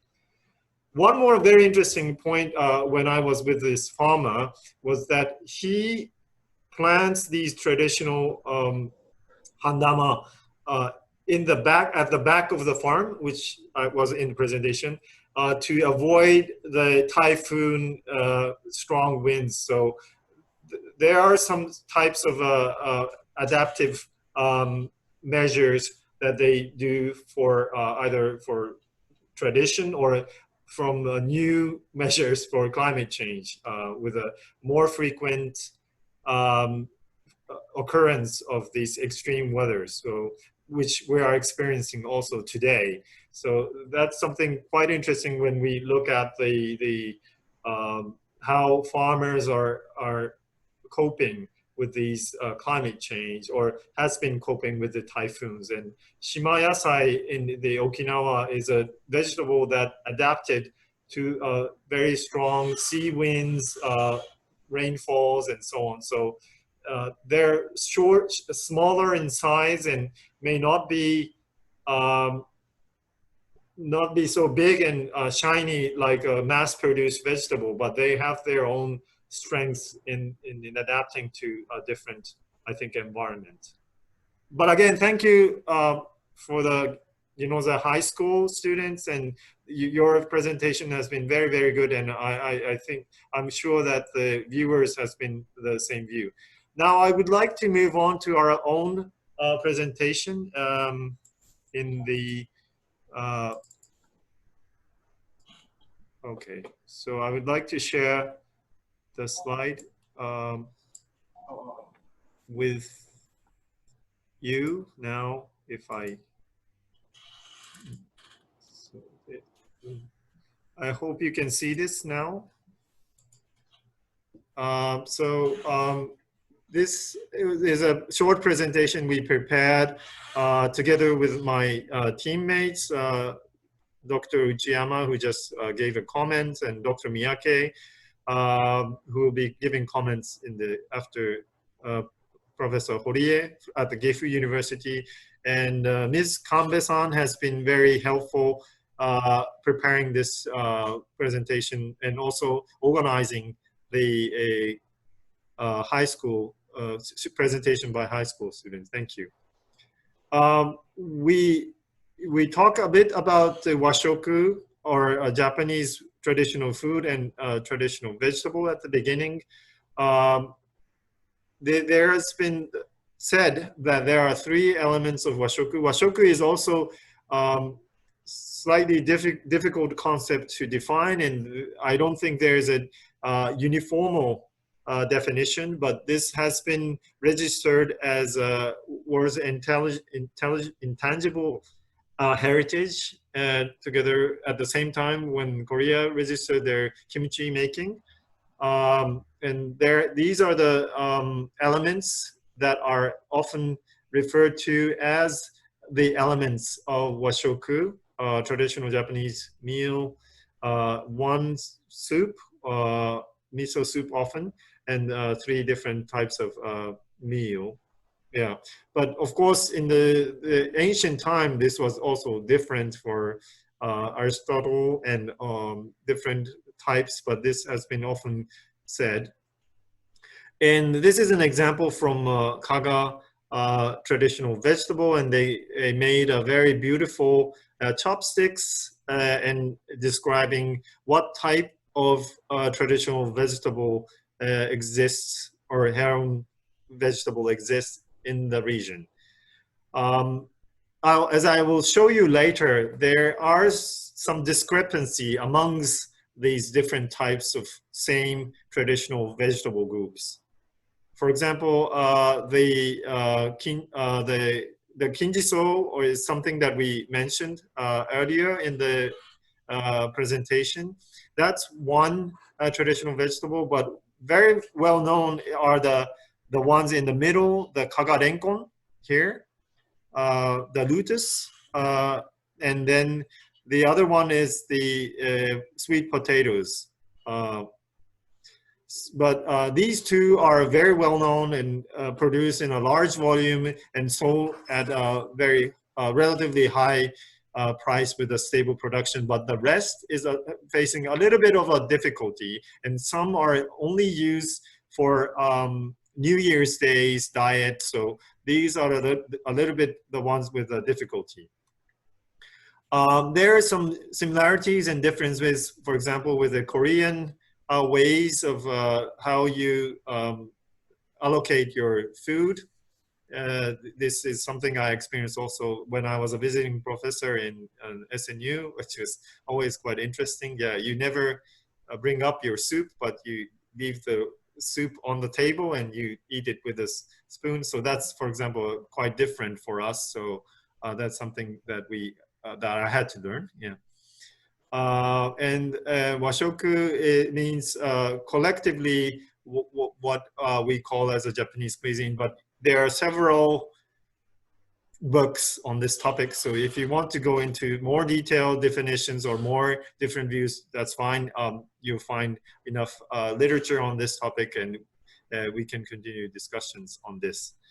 And which is loosely linked with the use of the traditional vegetables, as we see. And this is, for example, that we found in some cases.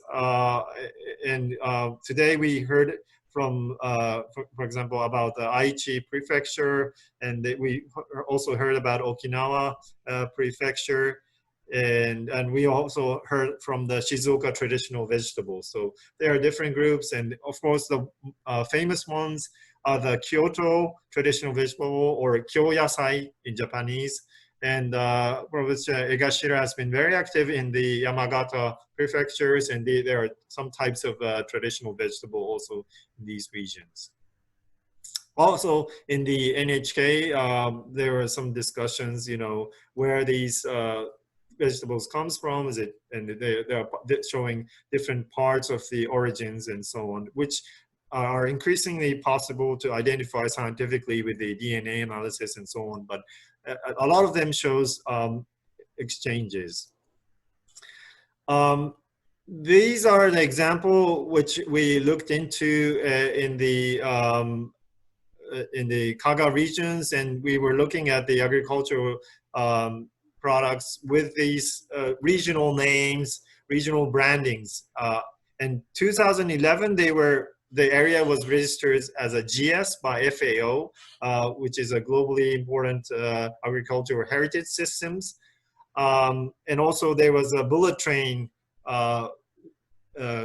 that was built to the region. So they have been in the increase, but not necessarily these traditional ones, so-called the Dentou Yasai, has not been in the so much in the increase. So these were the periods when they had the new access and access to and the registration as a GS. But in other parts of Japan, these traditional vegetable has been used as, for example, in the textbook for learning about the society, that, you know, girl and boy is talking, oh, there's different type of vegetables and there are certain types that are from the region, and they're from a different, they are different type and they have different tastes. This has been, for example, an example from Sendai, from the Tohoku regions, where they have a very sweet spring onion that is produced locally. This is an example from Nagoya, where they distribute the seeds at the city municipality so that the citizens can take the seeds and grow them at their own home or in the locality. So there is a challenge to maintain or keep these varieties or races. For example, these this one is grown now mainly in the experimental farm by the city, and the farmers are getting old. Those who were maintaining it are getting old, and there needs to be a new way, new approach to maintain these races and so on. One possibility could be including citizens from the urban areas. This is an example from Nerima in Tokyo, where I visited there, and there's together with the municipality officers and Otake-san, who's very active in the Edo traditional vegetable. There are new generations of people who are interested in these types of shared farming systems, and they're interested in sharing the farms with their friends, not only with the families, but their colleagues, friends within their neighborhoods. So, and the farmers are there to instruct these urban citizens. So this is not the solution for all, but we may need to think about who might be able to practice these very special but endangered varieties, races in the future. This is the farm visit in the Kaga prefecture, Kanazawa, where we saw the production within the house. Yeah. And this is Mr. Matsumoto, who has been very active in maintaining traditional varieties of radish and pumpkins in the regions. Yeah, we have highlighted these in our books with Professor Tomiyoshi in Kurume University now. Thank you very much for listening to our presentation. And if you have comments, including the ones from the high school students, I'll be very happy to discuss it with you. Thank you. Thank you. Maybe Eric, can you comment? Sorry. Yeah, sure. Thank you very much for your presentation. You showed us a map with listing all the traditional vegetable, and you highlighted that the Kyoto one are probably the most famous, right?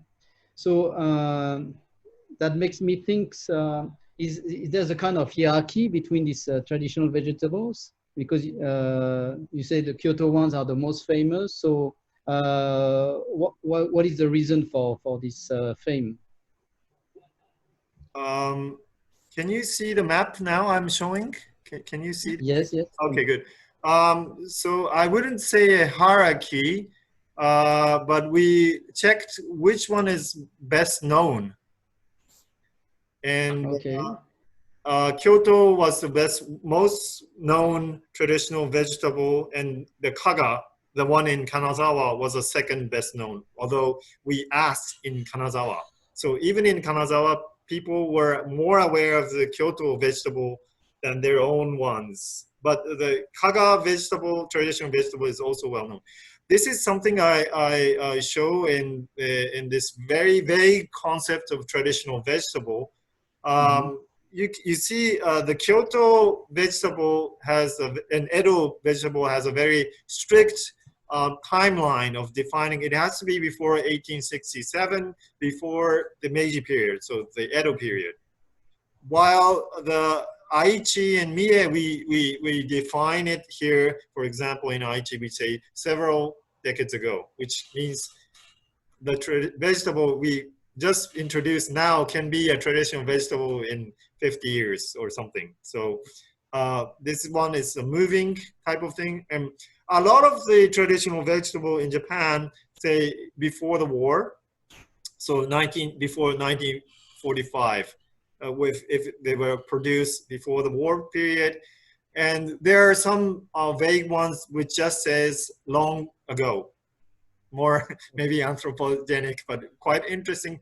I think there is a kind of a strategic ambiguity so that different groups producer can join if you keep it ambiguous.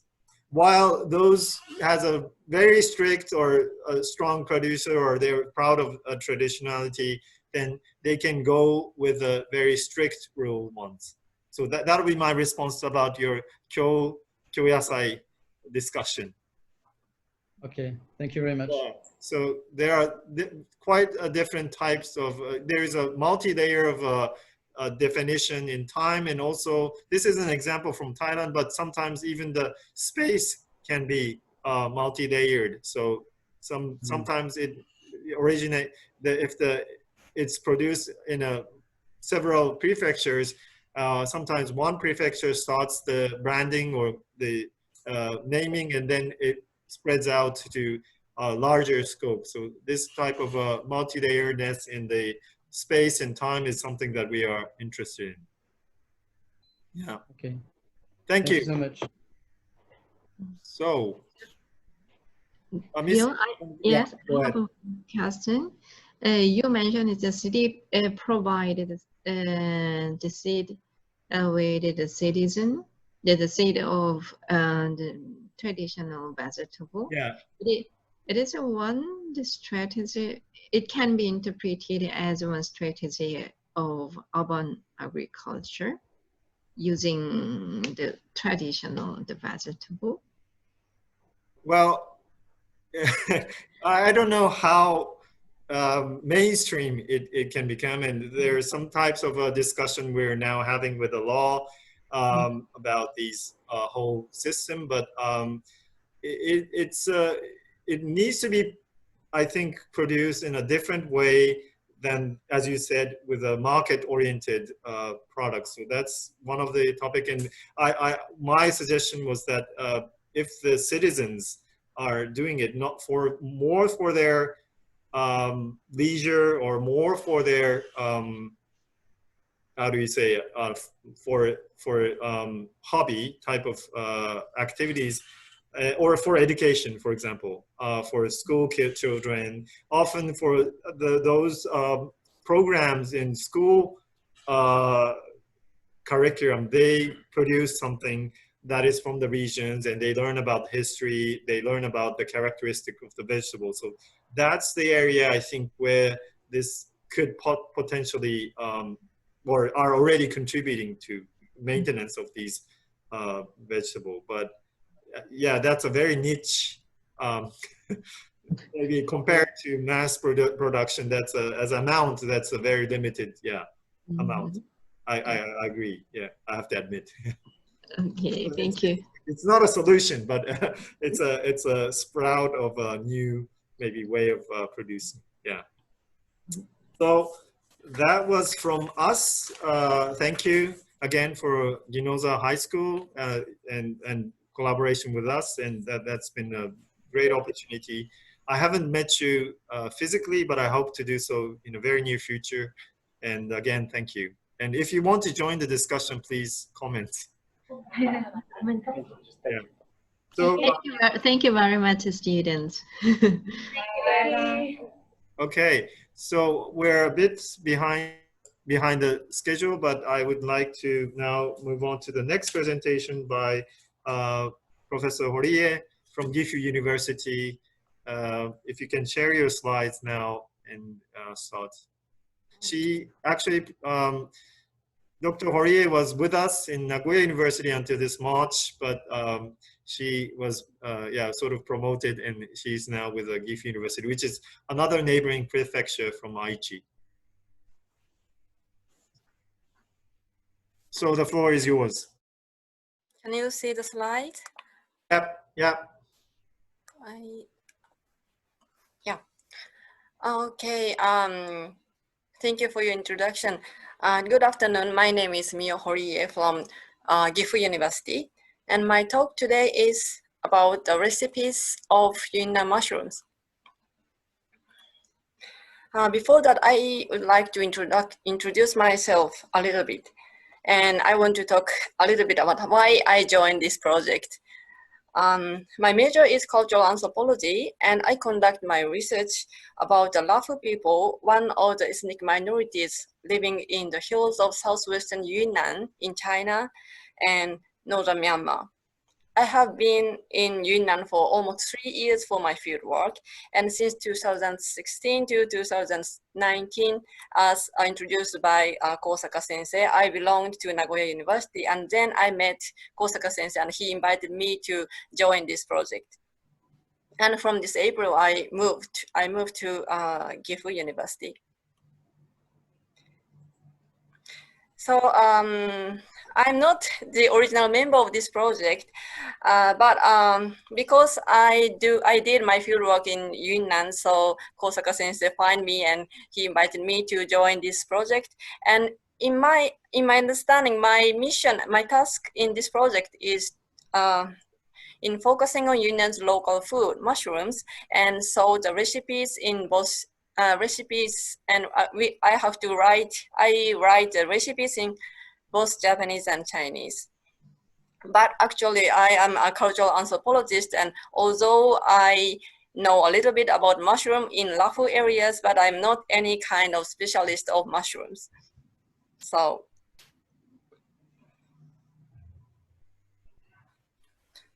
okay. First, I quickly introduce Yunnan's national environment. Topography. As you know, Yunnan is located at southwestern edge of China.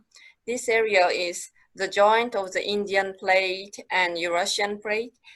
This joint creates the world's highest mountain, Himalaya, and Yunnan, on the blue circle on the map, is located at the east edge of Himalaya mountain. As you see in the map on the right side, the mountain in Yunnan ranges around north and south direction.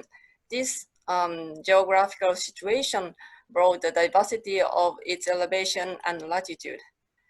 In Yunnan, the highest mountain, Meili Xueshan, on the northwest edge, have an elevation of 6,740 meters. On the other side, at the lowest altitude is at the Hukou County on the China-Vietnam border. This only have the 7 meter elevation. With this wide range, various mountains which separated by rivers create a variety of nature. So Yunnan is one of the richest sources of natural resources in China, such as mineral resources, natural herbs, and mushrooms. In fact, Yunnan even have the name the Kingdom of Mushrooms.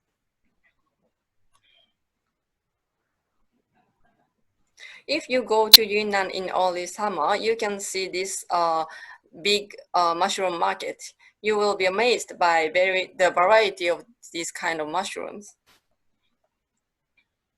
On the street, you can find several luxury restaurants of mushroom that specializes in mushroom. Of course, not only expensive restaurants, Yunnan people enjoy mushrooms in home cooking. The season of mushroom is from June to August, the rainy season in Yunnan.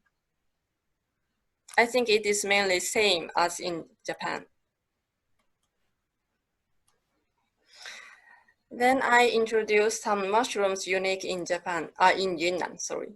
The most famous one might be sonron, matsutake, which Japanese people love to eat, and many matsutake is sold from Yunnan to Japan.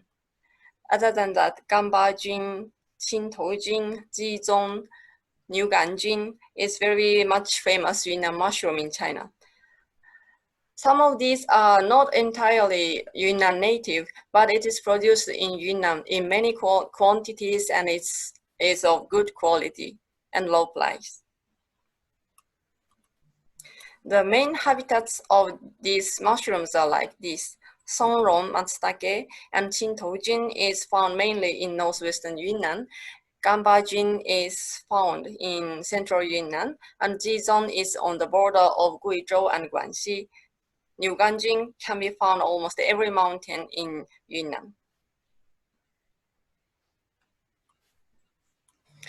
So after I joined this project, I and Kosaka sensei decided to focus on these mushrooms. So I start to find some recipes of Yunnan mushrooms.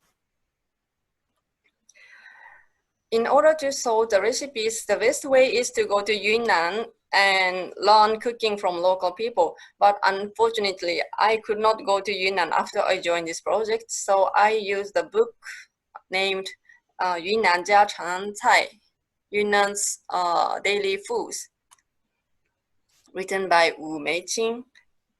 And I also asked Yunnanese friends named Xiong Mei Yuan. She is a doctoral student in Nagoya University and she was born in Yunnan. And she went to Yunnan when summer vacation and she collected some information from Yunnan. And this is the list of our recipes. Ms. Xiong kindly picked up the Yunnan's original mushrooms and we jointly sorted the recipes and translated it into Japanese. We sorted 15 recipes. It might be, I think some Chinese will join this session, but I say in English. Stir-fried green pepper and matsutake mushroom, jizong mushroom with starchy sauce, grilled jizong mushroom, stir-fried sarkodon imbricatus mushroom with sliced chicken, stir-fried gambajin with Yunnan ham, quick-fried niuganjin mushroom, spiced niuganjin mushroom, fried qintoujin with soy sauce, steamed qintoujin mushroom, or something like that. And we sorted this kind of, we translated these recipes from Chinese to Japanese. And we would like to share these kind of ideas with other countries and we want to communicate with this kind of way of cooking of mushrooms. These all recipes are already translated, but we still have tasks to be done. We put the way of cooking on the upper half and some information of the mushroom itself on the lower half and put the pictures on the left. But for now, these pictures of the recipes are all downloaded from websites. So in order to open the recipes, we have to take original photos of these dishes. In order to do that, originally we planned to hold workshop in Yunnan this June. This is our cooking workshop, and we learn the way of cooking from Yunnan people, and we want to learn more about the culture of mushroom in Yunnan. But unfortunately, it is cancelled because of COVID-19. And second task to be done is scientific or biological information of the mushroom also should be added. And because I am not the the specialist of this kind of thing, so if some of you have such a reliable information, please share me. So I am just like the translator from Chinese recipes to Japanese recipes, but it is not, in the end, I would like to share a couple, I will introduce some information about mushrooms and the Lafu people who I conducted research from about 10 years. The Lafu people is a Highlander, mainly live in southwestern edge of Yunnan, Myanmar, Thailand, and Laos. The total amount of population in the world is about 700,000. Currently, they are mainly farmers who conduct slash and burn cultivation and paddy rice pack cultivation, but they are past hunter-gatherers in the hill. And they love mushrooms. There are lots of local knowledge of mushrooms, and I followed them to pick the mushroom to the mountain, and they told me many kind of name of mushrooms. Muchoni, mpeku, mni gwe, nhatem, nakwe, hemulu, mushipo. This kind of, I know this local name, but unfortunately I cannot know the real name, in the real scientific name. So in the future, I would like to define to know this, what this kind of mushroom really is. And the season of these mushrooms are August to October. The main way of cooking is make soup. They mix many types of mushroom and make very aromatic soup. Sometimes they also stir fry it with pork, but cooking oil is rare in the Lafu area, so mainly they make soup to eat mushrooms. In the Lafu area, mushrooms are basically consumed for personal, so anyone can pick mushrooms, and there are no limitation with the ownership of the land. Sometimes some people gather mushrooms for sale, but at least during my fieldwork until 2016, the wave of commercialization has not happened so much. But this situation might be quite different in other areas in Yunnan and other mushrooms, especially such as matsutake, very commercialized mushroom.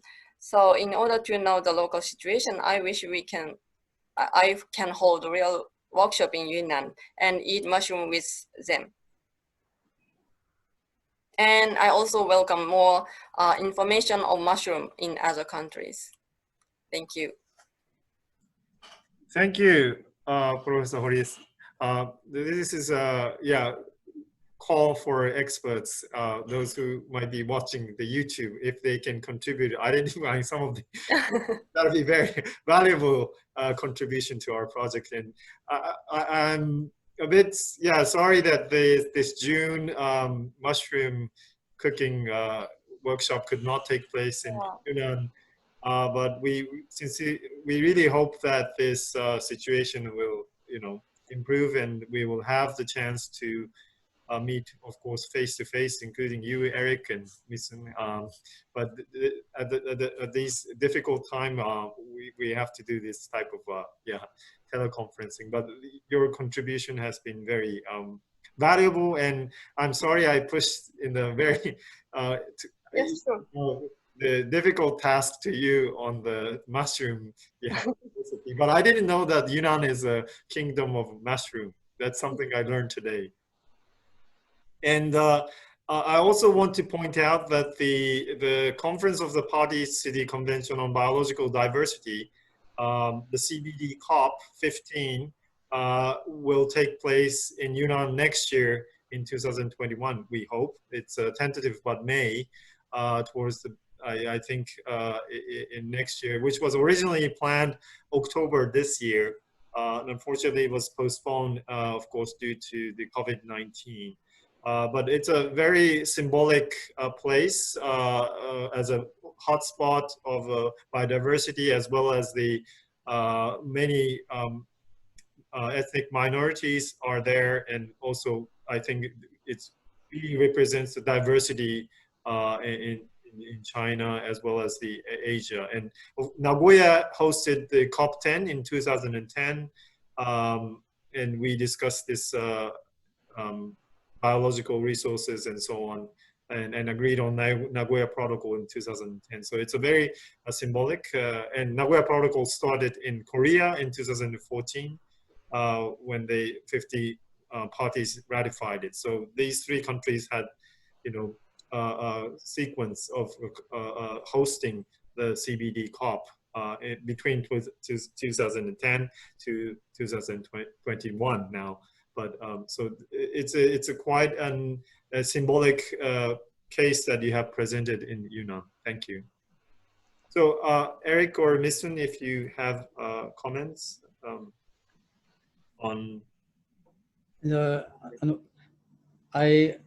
I don't have specific comments, but I must say I'm very fascinated because there seems to be such a diversity of mushrooms in Yunnan. And it's also interesting for me at another level because, you know, in archaeology, some researchers think that the so-called Malay race could have been born in Yunnan, and then you know there was a migration through land from Yunnan to the Malay Peninsula. So we have you know, cultural, maybe historical and cultural and anthropological ties there. So so I want to know more. And talking about conferences, I would like also to mention I will give you information later on this through emails and so on.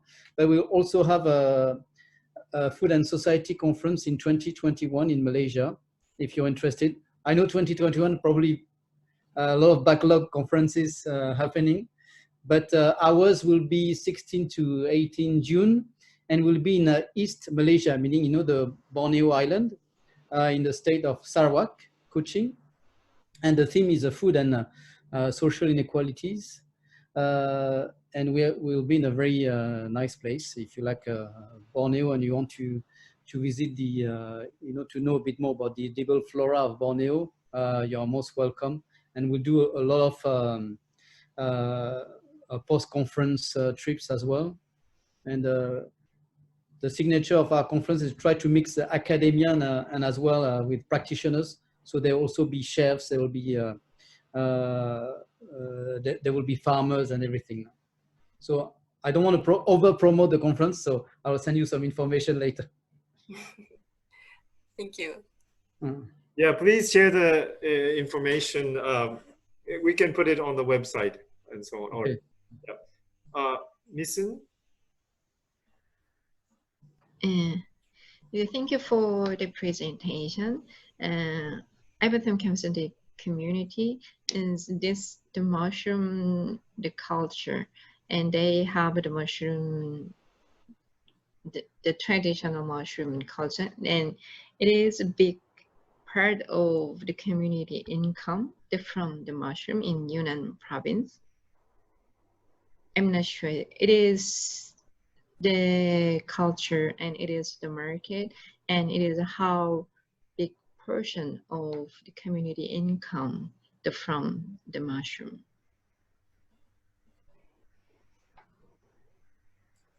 Oh, キノコで所得は結構得てるかっていう質問だと思うんです。そうですね。In Lafa case, it's not so much, but the difference is very in the northwestern side. There are many famous mushrooms, so there are completely changed into the economic market. So many local people gain huge income only from mushroom. But in southwestern Yunnan, in the border with the Myanmar side, there are not so much commercially, how to say, they do not sell mushroom, but they consume mushroom by themselves. So the situation is very different case by case. Thank you. I think the house consumption and sharing these vegetables is also interesting. I think the issue, touched by other presenters as well. We call it osowake in Japanese, that they bring it to neighbors or they bring it to family members. Professor Tomita has questions and comments. Yeah. I have a simple and practical question. I think the way of cooking and taste of the traditional dishes are different depending on the community or families and so on. How did you overcome these difficulties in creating recipes? My practice is this problem is very difficult things. Yeah, thank you. It's very important question, and I also think I have to think about that. And actually, almost all information is from my friend Miss Xiong. She lived in the center of the Kunming, and she said, but in her experience, almost all kind of way of cooking is same, like she said. But of course, they mainly they fried mushrooms with some vegetables like peppers, green peppers or something like that. But at the same time, I have to rely on the book of the recipes, and this is already sorted by the writers. So, and now I think it is divided roughly into the fried pattern and make soup. But and also, because a lot of people make soup because they do not have much cooking oil. This is their situation. But in whole Yunnan, I think there are at least two kind of cooking. So I want to join this information into one. Thank you. Thank you. Thank you very much. So I asked Dr. Miyake. I asked Dr. Miyake to comment on the later presentations of this session.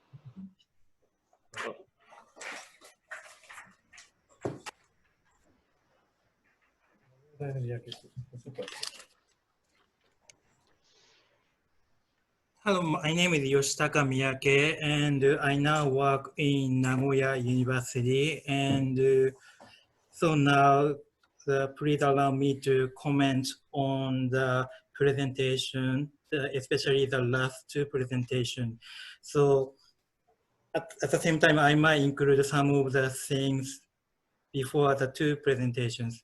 So I see, all of us, I think, see the growing traditional vegetables and eating it is context specific, and that's totally embedded in the community. So in the presentation about the traditional vegetable in Okinawa, farmers say it's really close to the soul to grow the vegetables. So on one side, traditional vegetable, the growing that is very specific to the place and the region, but at the same time, Eric mentioned food is medicine, and shima yasai, the traditional vegetable in Okinawa, has an influence from China. And presentation by Dr. Kosaka showed that washoku, it has a specific way to arrange the dishes, and that is also done by the Korean dishes. So we certainly pay the detailed attention to the food and probably the vegetables. So in that sense, we certainly have the compassion to the traditional vegetables, but at the same time, we are under the different policy situations, and Dr. Liu mentions that there's no specific law to preserve traditional or the wild vegetables in China. And at the same time, Dr. Park mentioned we need some differentiation of the product to sell ginseng, to export at most. And Japan certainly have elite, premier, kyo vegetables and kaga vegetables. So the type of the product and the expectation we have on the traditional vegetable can also be different among the countries and places. So how to connect these differences? I think this is the most difficult question, and the question we are right now trying to understand and pursue. So this is also a question in the global food studies to see the linkages of the alternative food networks and movements. So it's kind of hard to see how we organize and network the people among the countries in Asia, at least over the traditional vegetables. But I guess at least all the people who see the presentation today and who participate in the webinar today can feel the compassion over the same type of vegetables. Handama is produced and mentioned in the presentation in China, and is mentioned in the presentation of the Japanese traditional vegetables and Okinawan traditional vegetables. So, we can see these vegetables and other vegetables are grown in each region, and we can feel some compassion over it. Probably the compassion can be towards histories or the visuals, the familiar visuals. But it's kind of hard to connect the people. So, is there any other image to provoke people for the connection? And I just imagine one thing, please imagine all the vegetables we saw today are just gone, tomorrow. Then probably we feel some lacking. So it's kind of hard to, tell the connection, commonality among the region over the vegetables, but probably we should have some kind of, aura to feel the traditional vegetables and the necessity to, keep it. So we certainly need, better languages rather than aura, but I think we need to keep digging the languages and see the, other places to find a way to avoid the, the loss of the traditional vegetables. So we need to, find a better way to preserve it. So this is my comments, and thank you so much. Thank you. Thank you, Miyake-san. Thank you very much for your touching words. And it's easy to celebrate the diversity, but I think also at the same time we have to share this urgency that these might be gone in a quite near future. Thank you, Miyake-san. One comment we had from Dr. Suzuki from I don't know the exact in English name of his organization. It's Idenken in Japanese. It's a national institute which does a research on genetic resources. And he has asked about these implications for these traditional vegetables and the WIPO or intellectual property rights, which is not quite easy to answer in a short period of time. But I think these vegetables in the context of these genetic resources, intellectual property rights, there has been a type of discussions going on for medicinal plants or medicine in general, but also the vegetables are a little bit easier in compared to medicinal products. They're generally described as a low risk, low return type of products. So, but if you agree or not, this is a bit of difficult discussions, but I think there has been a bit of an international collaboration in developing new types of varieties through these international collaboration. For example, a cucumber or eggplants with the Vietnamese plants with Japanese ones coming and cross-fertilizing and so on and so forth. The discussion is there, and there are some types of a new technical collaboration ongoing. But as we have seen in this seminar, there has been some type of an exchange going on, and that's something that we also need to keep in mind for when we're discussing this as an intellectual property right. So I'm sorry, the scientific discussions or legal discussions can go on further, but I think it's an important topic which we can discuss further on or we have to discuss in the CBD COP, but that's the point that was raised. Professor Tomita has one more point that he would like to mention. So I give it the floor. So I want to ask everyone. My case, many heirloom crops in Shizuoka were implicit and not clearly recognized by farmers. In many traditional, in many traditional vegetable cases, variety and name are clearly recognized. Your cases. But there are any other implicit crops your case possibility? Okay, yeah. Very interesting, I think, point that in his case, some of the traditional vegetables were not so clearly recognized or named or labeled. This was more house consumption or house shared, or sometimes it was implicit in his word. So whether, I think for ginseng it was wild, but now you aim for export, so this, but was it maybe implicit more in the past? Or in case of Eric's example in Vietnam or Malaysia, I think they are sold already. If they are sold in the market, they have name, price, and so on. But are there some varieties, homegrown stuffs that we may not be aware of, or that only the farmers are using it, or the only households are using it? Okay.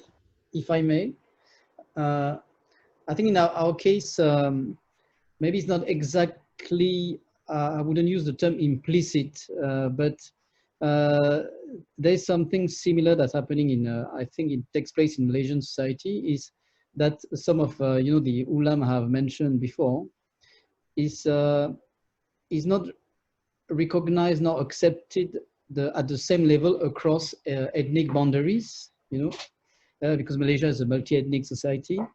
So ulam, for example, is traditionally linked to Malay ethnicity as well as the Aboriginal people. So it finds less acceptance in the ethnic Chinese community or ethnic Indians.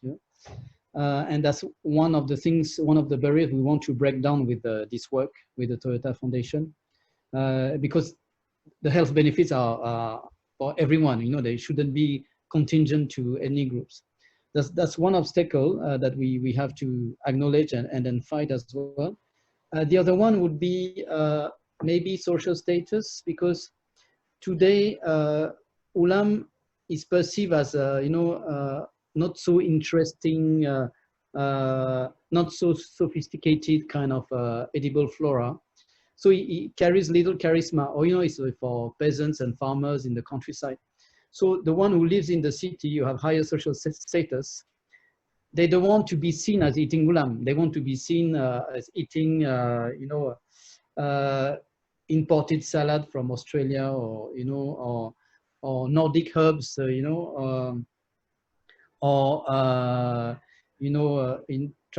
vegetable from Latin America and so on. So that's one of the things we have to do also in this hard work, is we have, in a sense, to glamorize ulam inside Malaysian society itself. So for this, we're trying to get the help of some chefs, fine dining chefs, global recognition, who going to communicate for us about ulam and using in fine dining recipes, to in order, hopefully, to elevate their social status. Because we know that if we want the whole society to eat this ulam, especially in the cities where people are more affected by the non-communicable diseases, like type 2 diabetes, for example. In order for them to consume ulam, it must be a new trend, and trend setting normally comes from the top of society. So that's why we need these celebrity chefs and so on, who are working with us now to convey the message that is now is a new trend. It can be glamour but also good for your health to eat ulam. So that's the challenge we are facing now. So it's a different form of implicitness, but it is implicit in a way in the society. He has little charisma, but nobody says it. Thank you. Misun or Professor Horie? Yeah. Yes, thank you. Although I'm not a specialist on mushroom, but I thinking about this issue, and I think that the uniqueness of mushroom is it cannot be cultivated, and it is wild plants, wild mushrooms, and only way to get the mushroom is some people go to the mountain and they pick mushroom by themselves.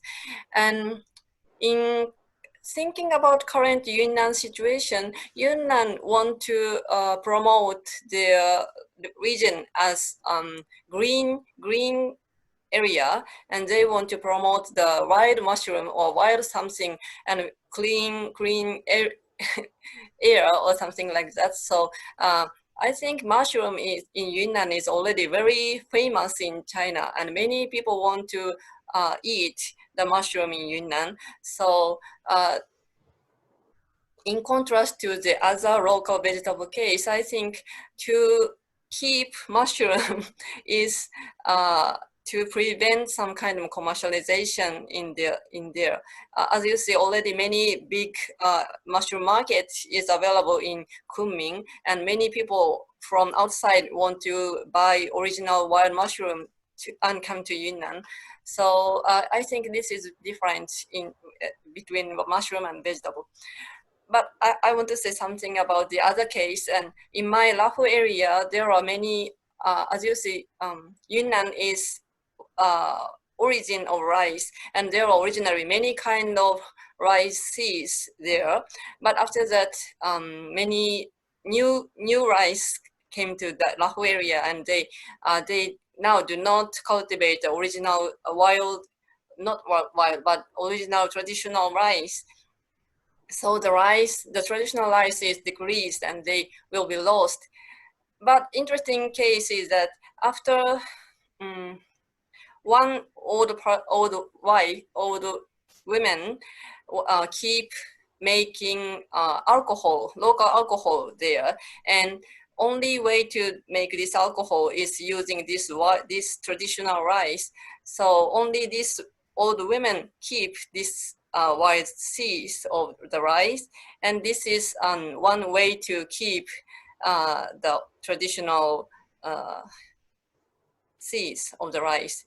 And after that, this alcohol make famous in local, and many people want to drink this alcohol, and the women have to cultivate more and more wild this rice. So in current situation, they restart to cultivate this rice. So I think this is one unintended way to keep these wild traditional plants.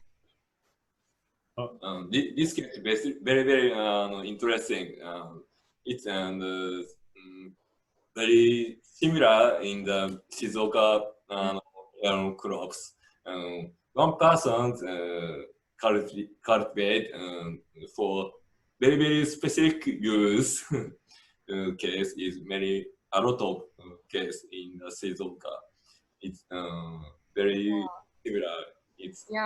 And I think it is interesting because she is very poor. She cannot buy the seed from the market, so she kept this original seeds. Yeah. Thank you. Thank you, Misun. Yes, thank you for your opinion. And I'm then considering that each cases have the unique characteristic, and we cannot directly compare something. But the real show did some, how can I say, some the awareness and the opinion on the traditional vegetable.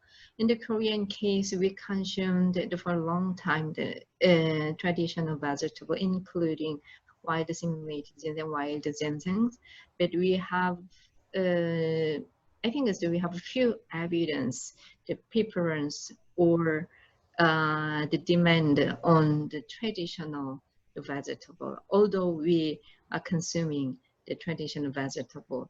I think that's why it is hard to estimate the market, and some people consume the self-consumptions of the wild vegetable, traditional vegetable, but for the future, and if we continuing and if we maintain this the production of wild vegetable, then I think we need more the information, more the data checking, not just producing the traditional vegetable, but also consumption, the patterns, and the market information. I think it is necessary, currently necessary for the Korean case. Thank you for the information from the other cases, the Japan, the China, and the Malaysia. Thank you. Thank you, everybody. We are approaching the time to wrap up, and I would like to thank you all, also including those who are viewing this from YouTube or other media, and we will be very happy to receive your comments, and yeah, and either in your own language, we try to read them. And I would like to thank you all the also the presenters for taking their time, and it's a bit of a difficult time for us, all of us, but I'm very happy that we managed it. I was thrilled sometimes with the videos and one presenter not being on time, but we had all the presenters at just before the seminar, and also the high school students from Ginoza High School. We were very, very happy to have you. Thank you very much for your presentation. That was very helpful. Yeah, thank you. Thank you for the opportunity. Yeah. Thank you for the opportunity. Thank you for the opportunity. Good job. Yeah. Our pleasure. And the next time, maybe 30 seconds, last minute message from Eric, Misun, and Horie-san, and Tomita-san. Eric, but 30 seconds, please. Okay. It will be very short. I just want to say that I'm very happy now to be part of this network, and I hope it will be the start of future collaboration. Oh.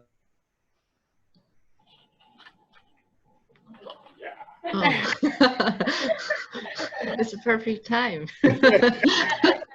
So we will move on.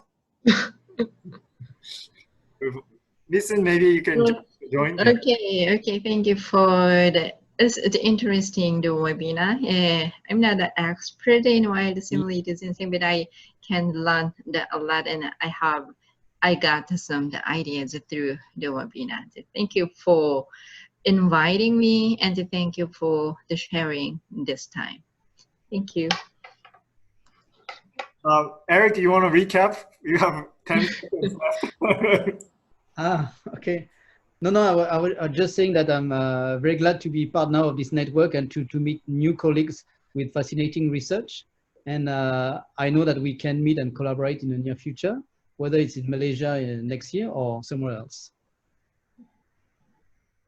Horie-san, please. Hi, thank you very much. I think I'm very lucky to join this project. And at the beginning, I just I think my task is just translate the recipes from Chinese to Japanese, but actually today I joined this workshop and I learned a lot and I got many ideas. And I think this is it's very interesting to focus on food, traditional vegetables. And I myself think many things about my field case. So in the future, I would like to start this kind of research, and I would like to join this yours. Thank you very much. Thank you. And thank you very much. I'm very interested in the other countries' case. Because then I researched only Shizuoka prefecture. Other areas and countries is very interested in. Thank you. Thank you. So, and thank you, Tomito-san, and please join. Thank you all again. And last but not least, we would like to thank the Toyota Foundation and that has enabled this workshop, and also my colleagues Yagi-san and Uchiyama-san, who has done all the difficult tasks to multiple media with YouTube and Zoom. But I'm very happy that we could manage this. And again, thank you for joining us today. And we really look forward to meeting and exchanging also face-to-face, and maybe having a very nice dinner and maybe traditional sake next time from the traditional rice varieties and so on. Now it's time for us to go to this Chinese restaurant near the university, and I hope you have fun afterwards. And thank you again, and thank you and goodbye to all the parts of the world. Thank you. Bye-bye.